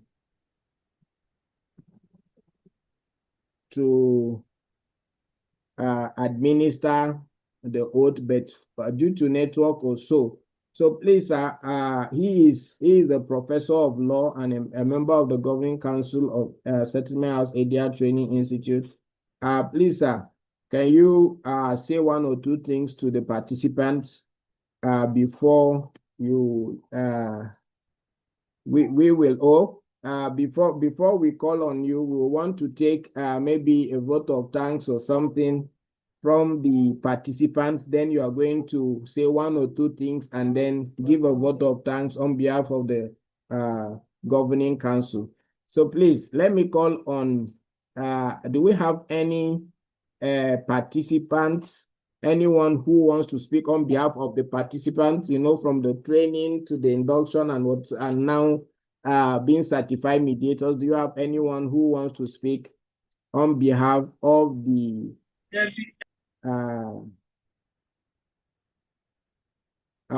inductees? And then we also have participants from the conference, at least one inductee and then one participant on the conference. Can we have that? Yes, sir. Okay. So we are very grateful for the. I'm Nazir Abdulhamid, an inductee and also an associate of Settlement House Institute Training. We are very grateful for the insightful and wonderful presentations and the knowledge you have impacted on all the inductees. We are now value-added individuals, and also we are also students, but we keep on learning from the experience we have acquired from you, sir. Thank you very much. We thank all the lecturers that mentor us, and also the governing council of the SHATI and all the participants. Thank you very much. We are most grateful, sir. Thank you very much. So on behalf of the participants who participated, can I go on? Okay, yes, please. Yes, good afternoon, everyone. Good afternoon. I'm a participant at the conference. My name is Joshua Zakanyam. I couldn't get the chance to do my introduction earlier because we're really running out of time. And so I will just count this as an opportunity to do that. I want to sincerely thank the Settlement House Alternative Dispute Resolution Training Institute, of which at a point I was also a trainee, like those who have been inducted today. Honestly, I really enjoyed my time. I was telling somebody earlier, I had the privilege to just quickly chat somebody by the corner. And I said, trust Nanchan. He brought in the crop of people that will give out the best. And truly, this particular conference did not fall short of the standard I've always known Nanchan for. And so I want to thank everybody that participated. I also want to thank SHATI for always giving us this platform. We intend to always build on our capacity. The conference I really benefited and I really enjoyed it. Thank you so much. Thank you. And as we put in our best in our various practices as ADR practitioners, we will not forget the fact that we have to put up integrity and to do our best at all times. Thank you so much. Thank you. Thank you all. All right, thank you. Maybe we will take Elena. Elena is from Argentina. If I'm correct, maybe Prof, she will say something. Then I have Samuel. I don't know where he's still, if he's still here. Samuel from, is it Rwanda? You know, if he's here, he can just say one or two things. So Prof, please, over to you. Say just maybe one or two things so that we can have an international perspective, and then our chairman of the council, heavily represented, will now give a vote of thanks and close the session. Please, over to you. Yeah, I want to say that I'm very grateful with the ceremony. It was very emotional for me because I'm Christian. So I really appreciate the form, the how do you make the ceremony. The course was very it was excellent in my point of view. I really enjoy any session. I learned a lot. You know, I'm a mediator for 12 years.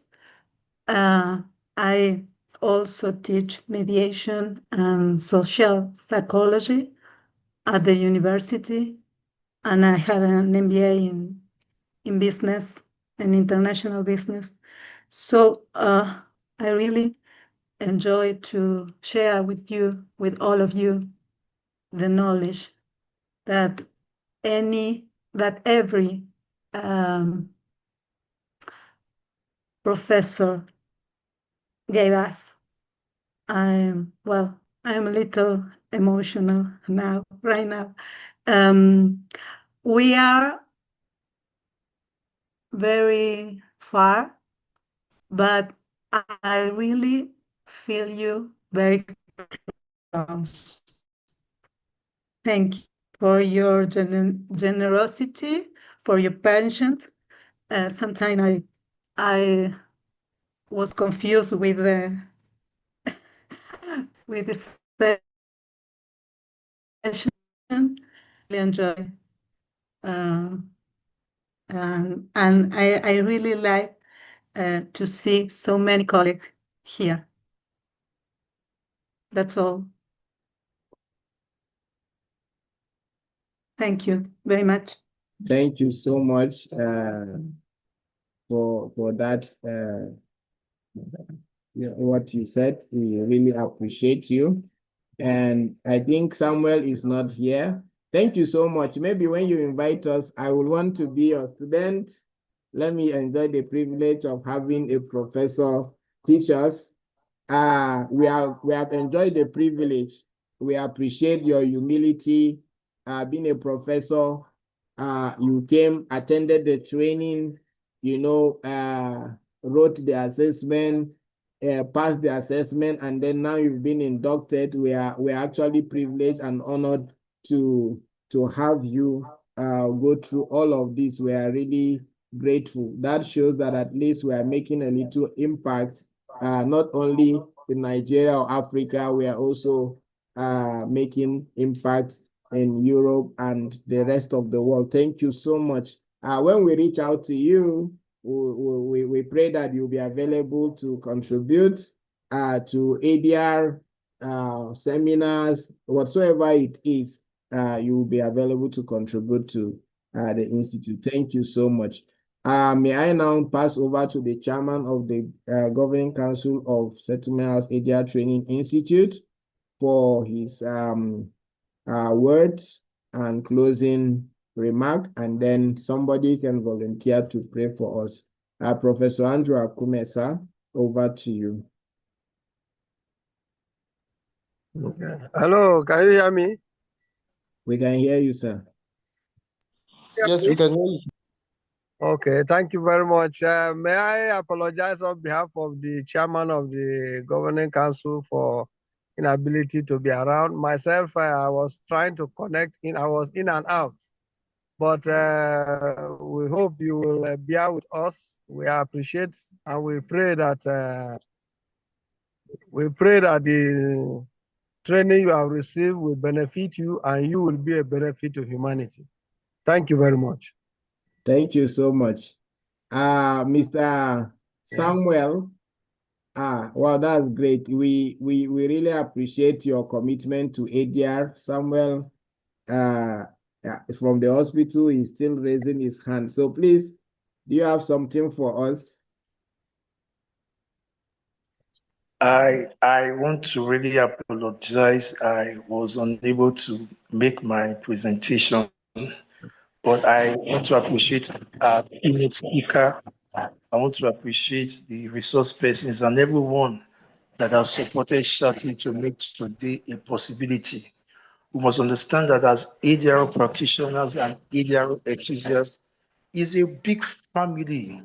And we hope for the inductees, this will not be the last time we have you embark on a training in SHATI. SHATI has a lot of robust programs, trainings, webinars, and materials that can help you grow in the ADR space. So thank you for making today a possibility.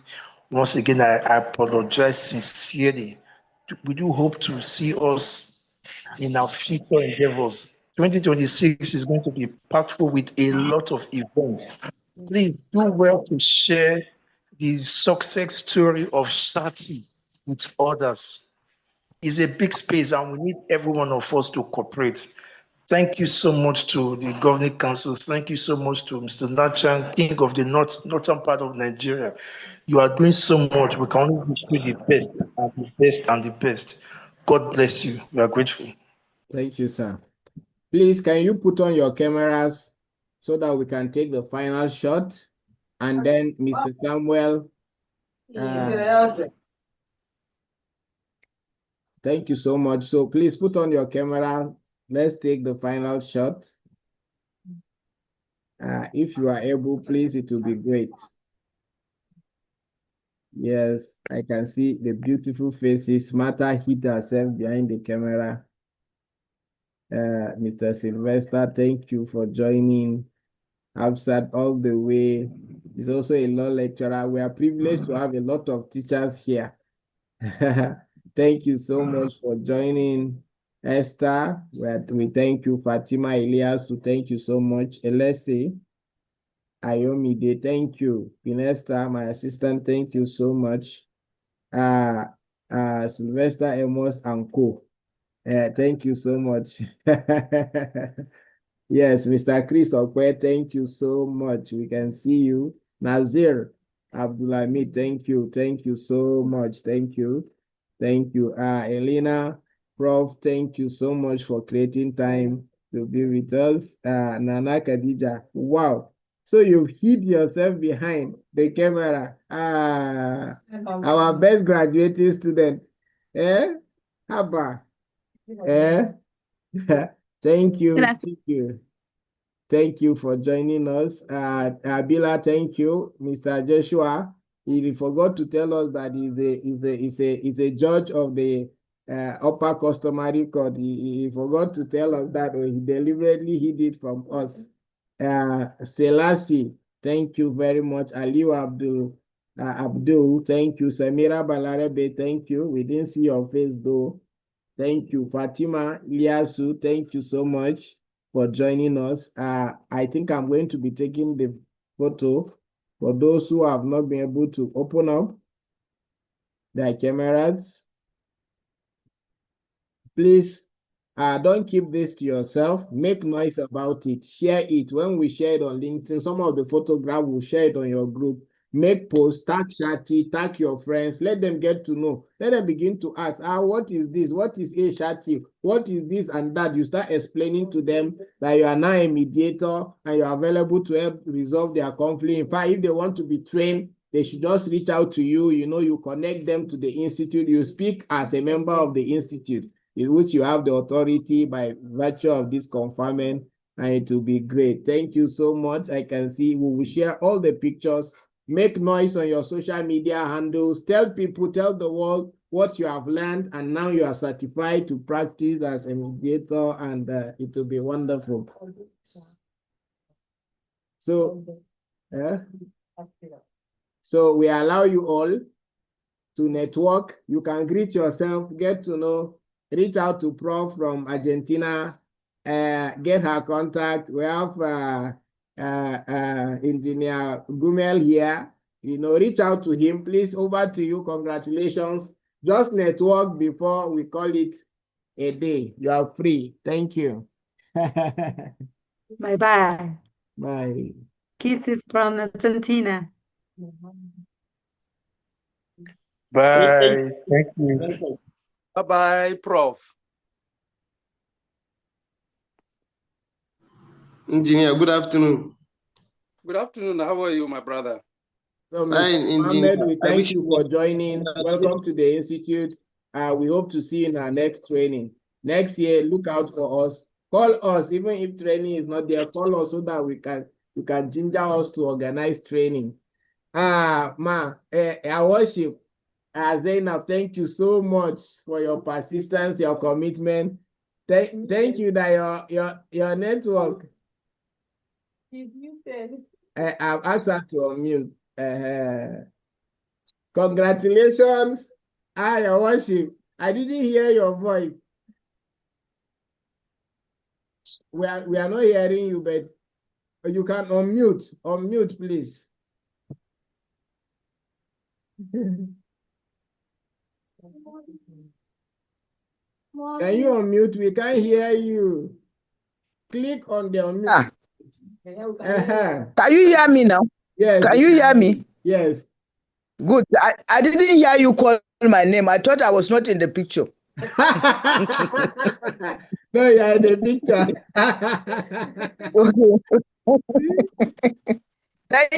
Thank you. I even chat you thanking you and your wife for your hard work. Thank you so much. Thank you. Yes.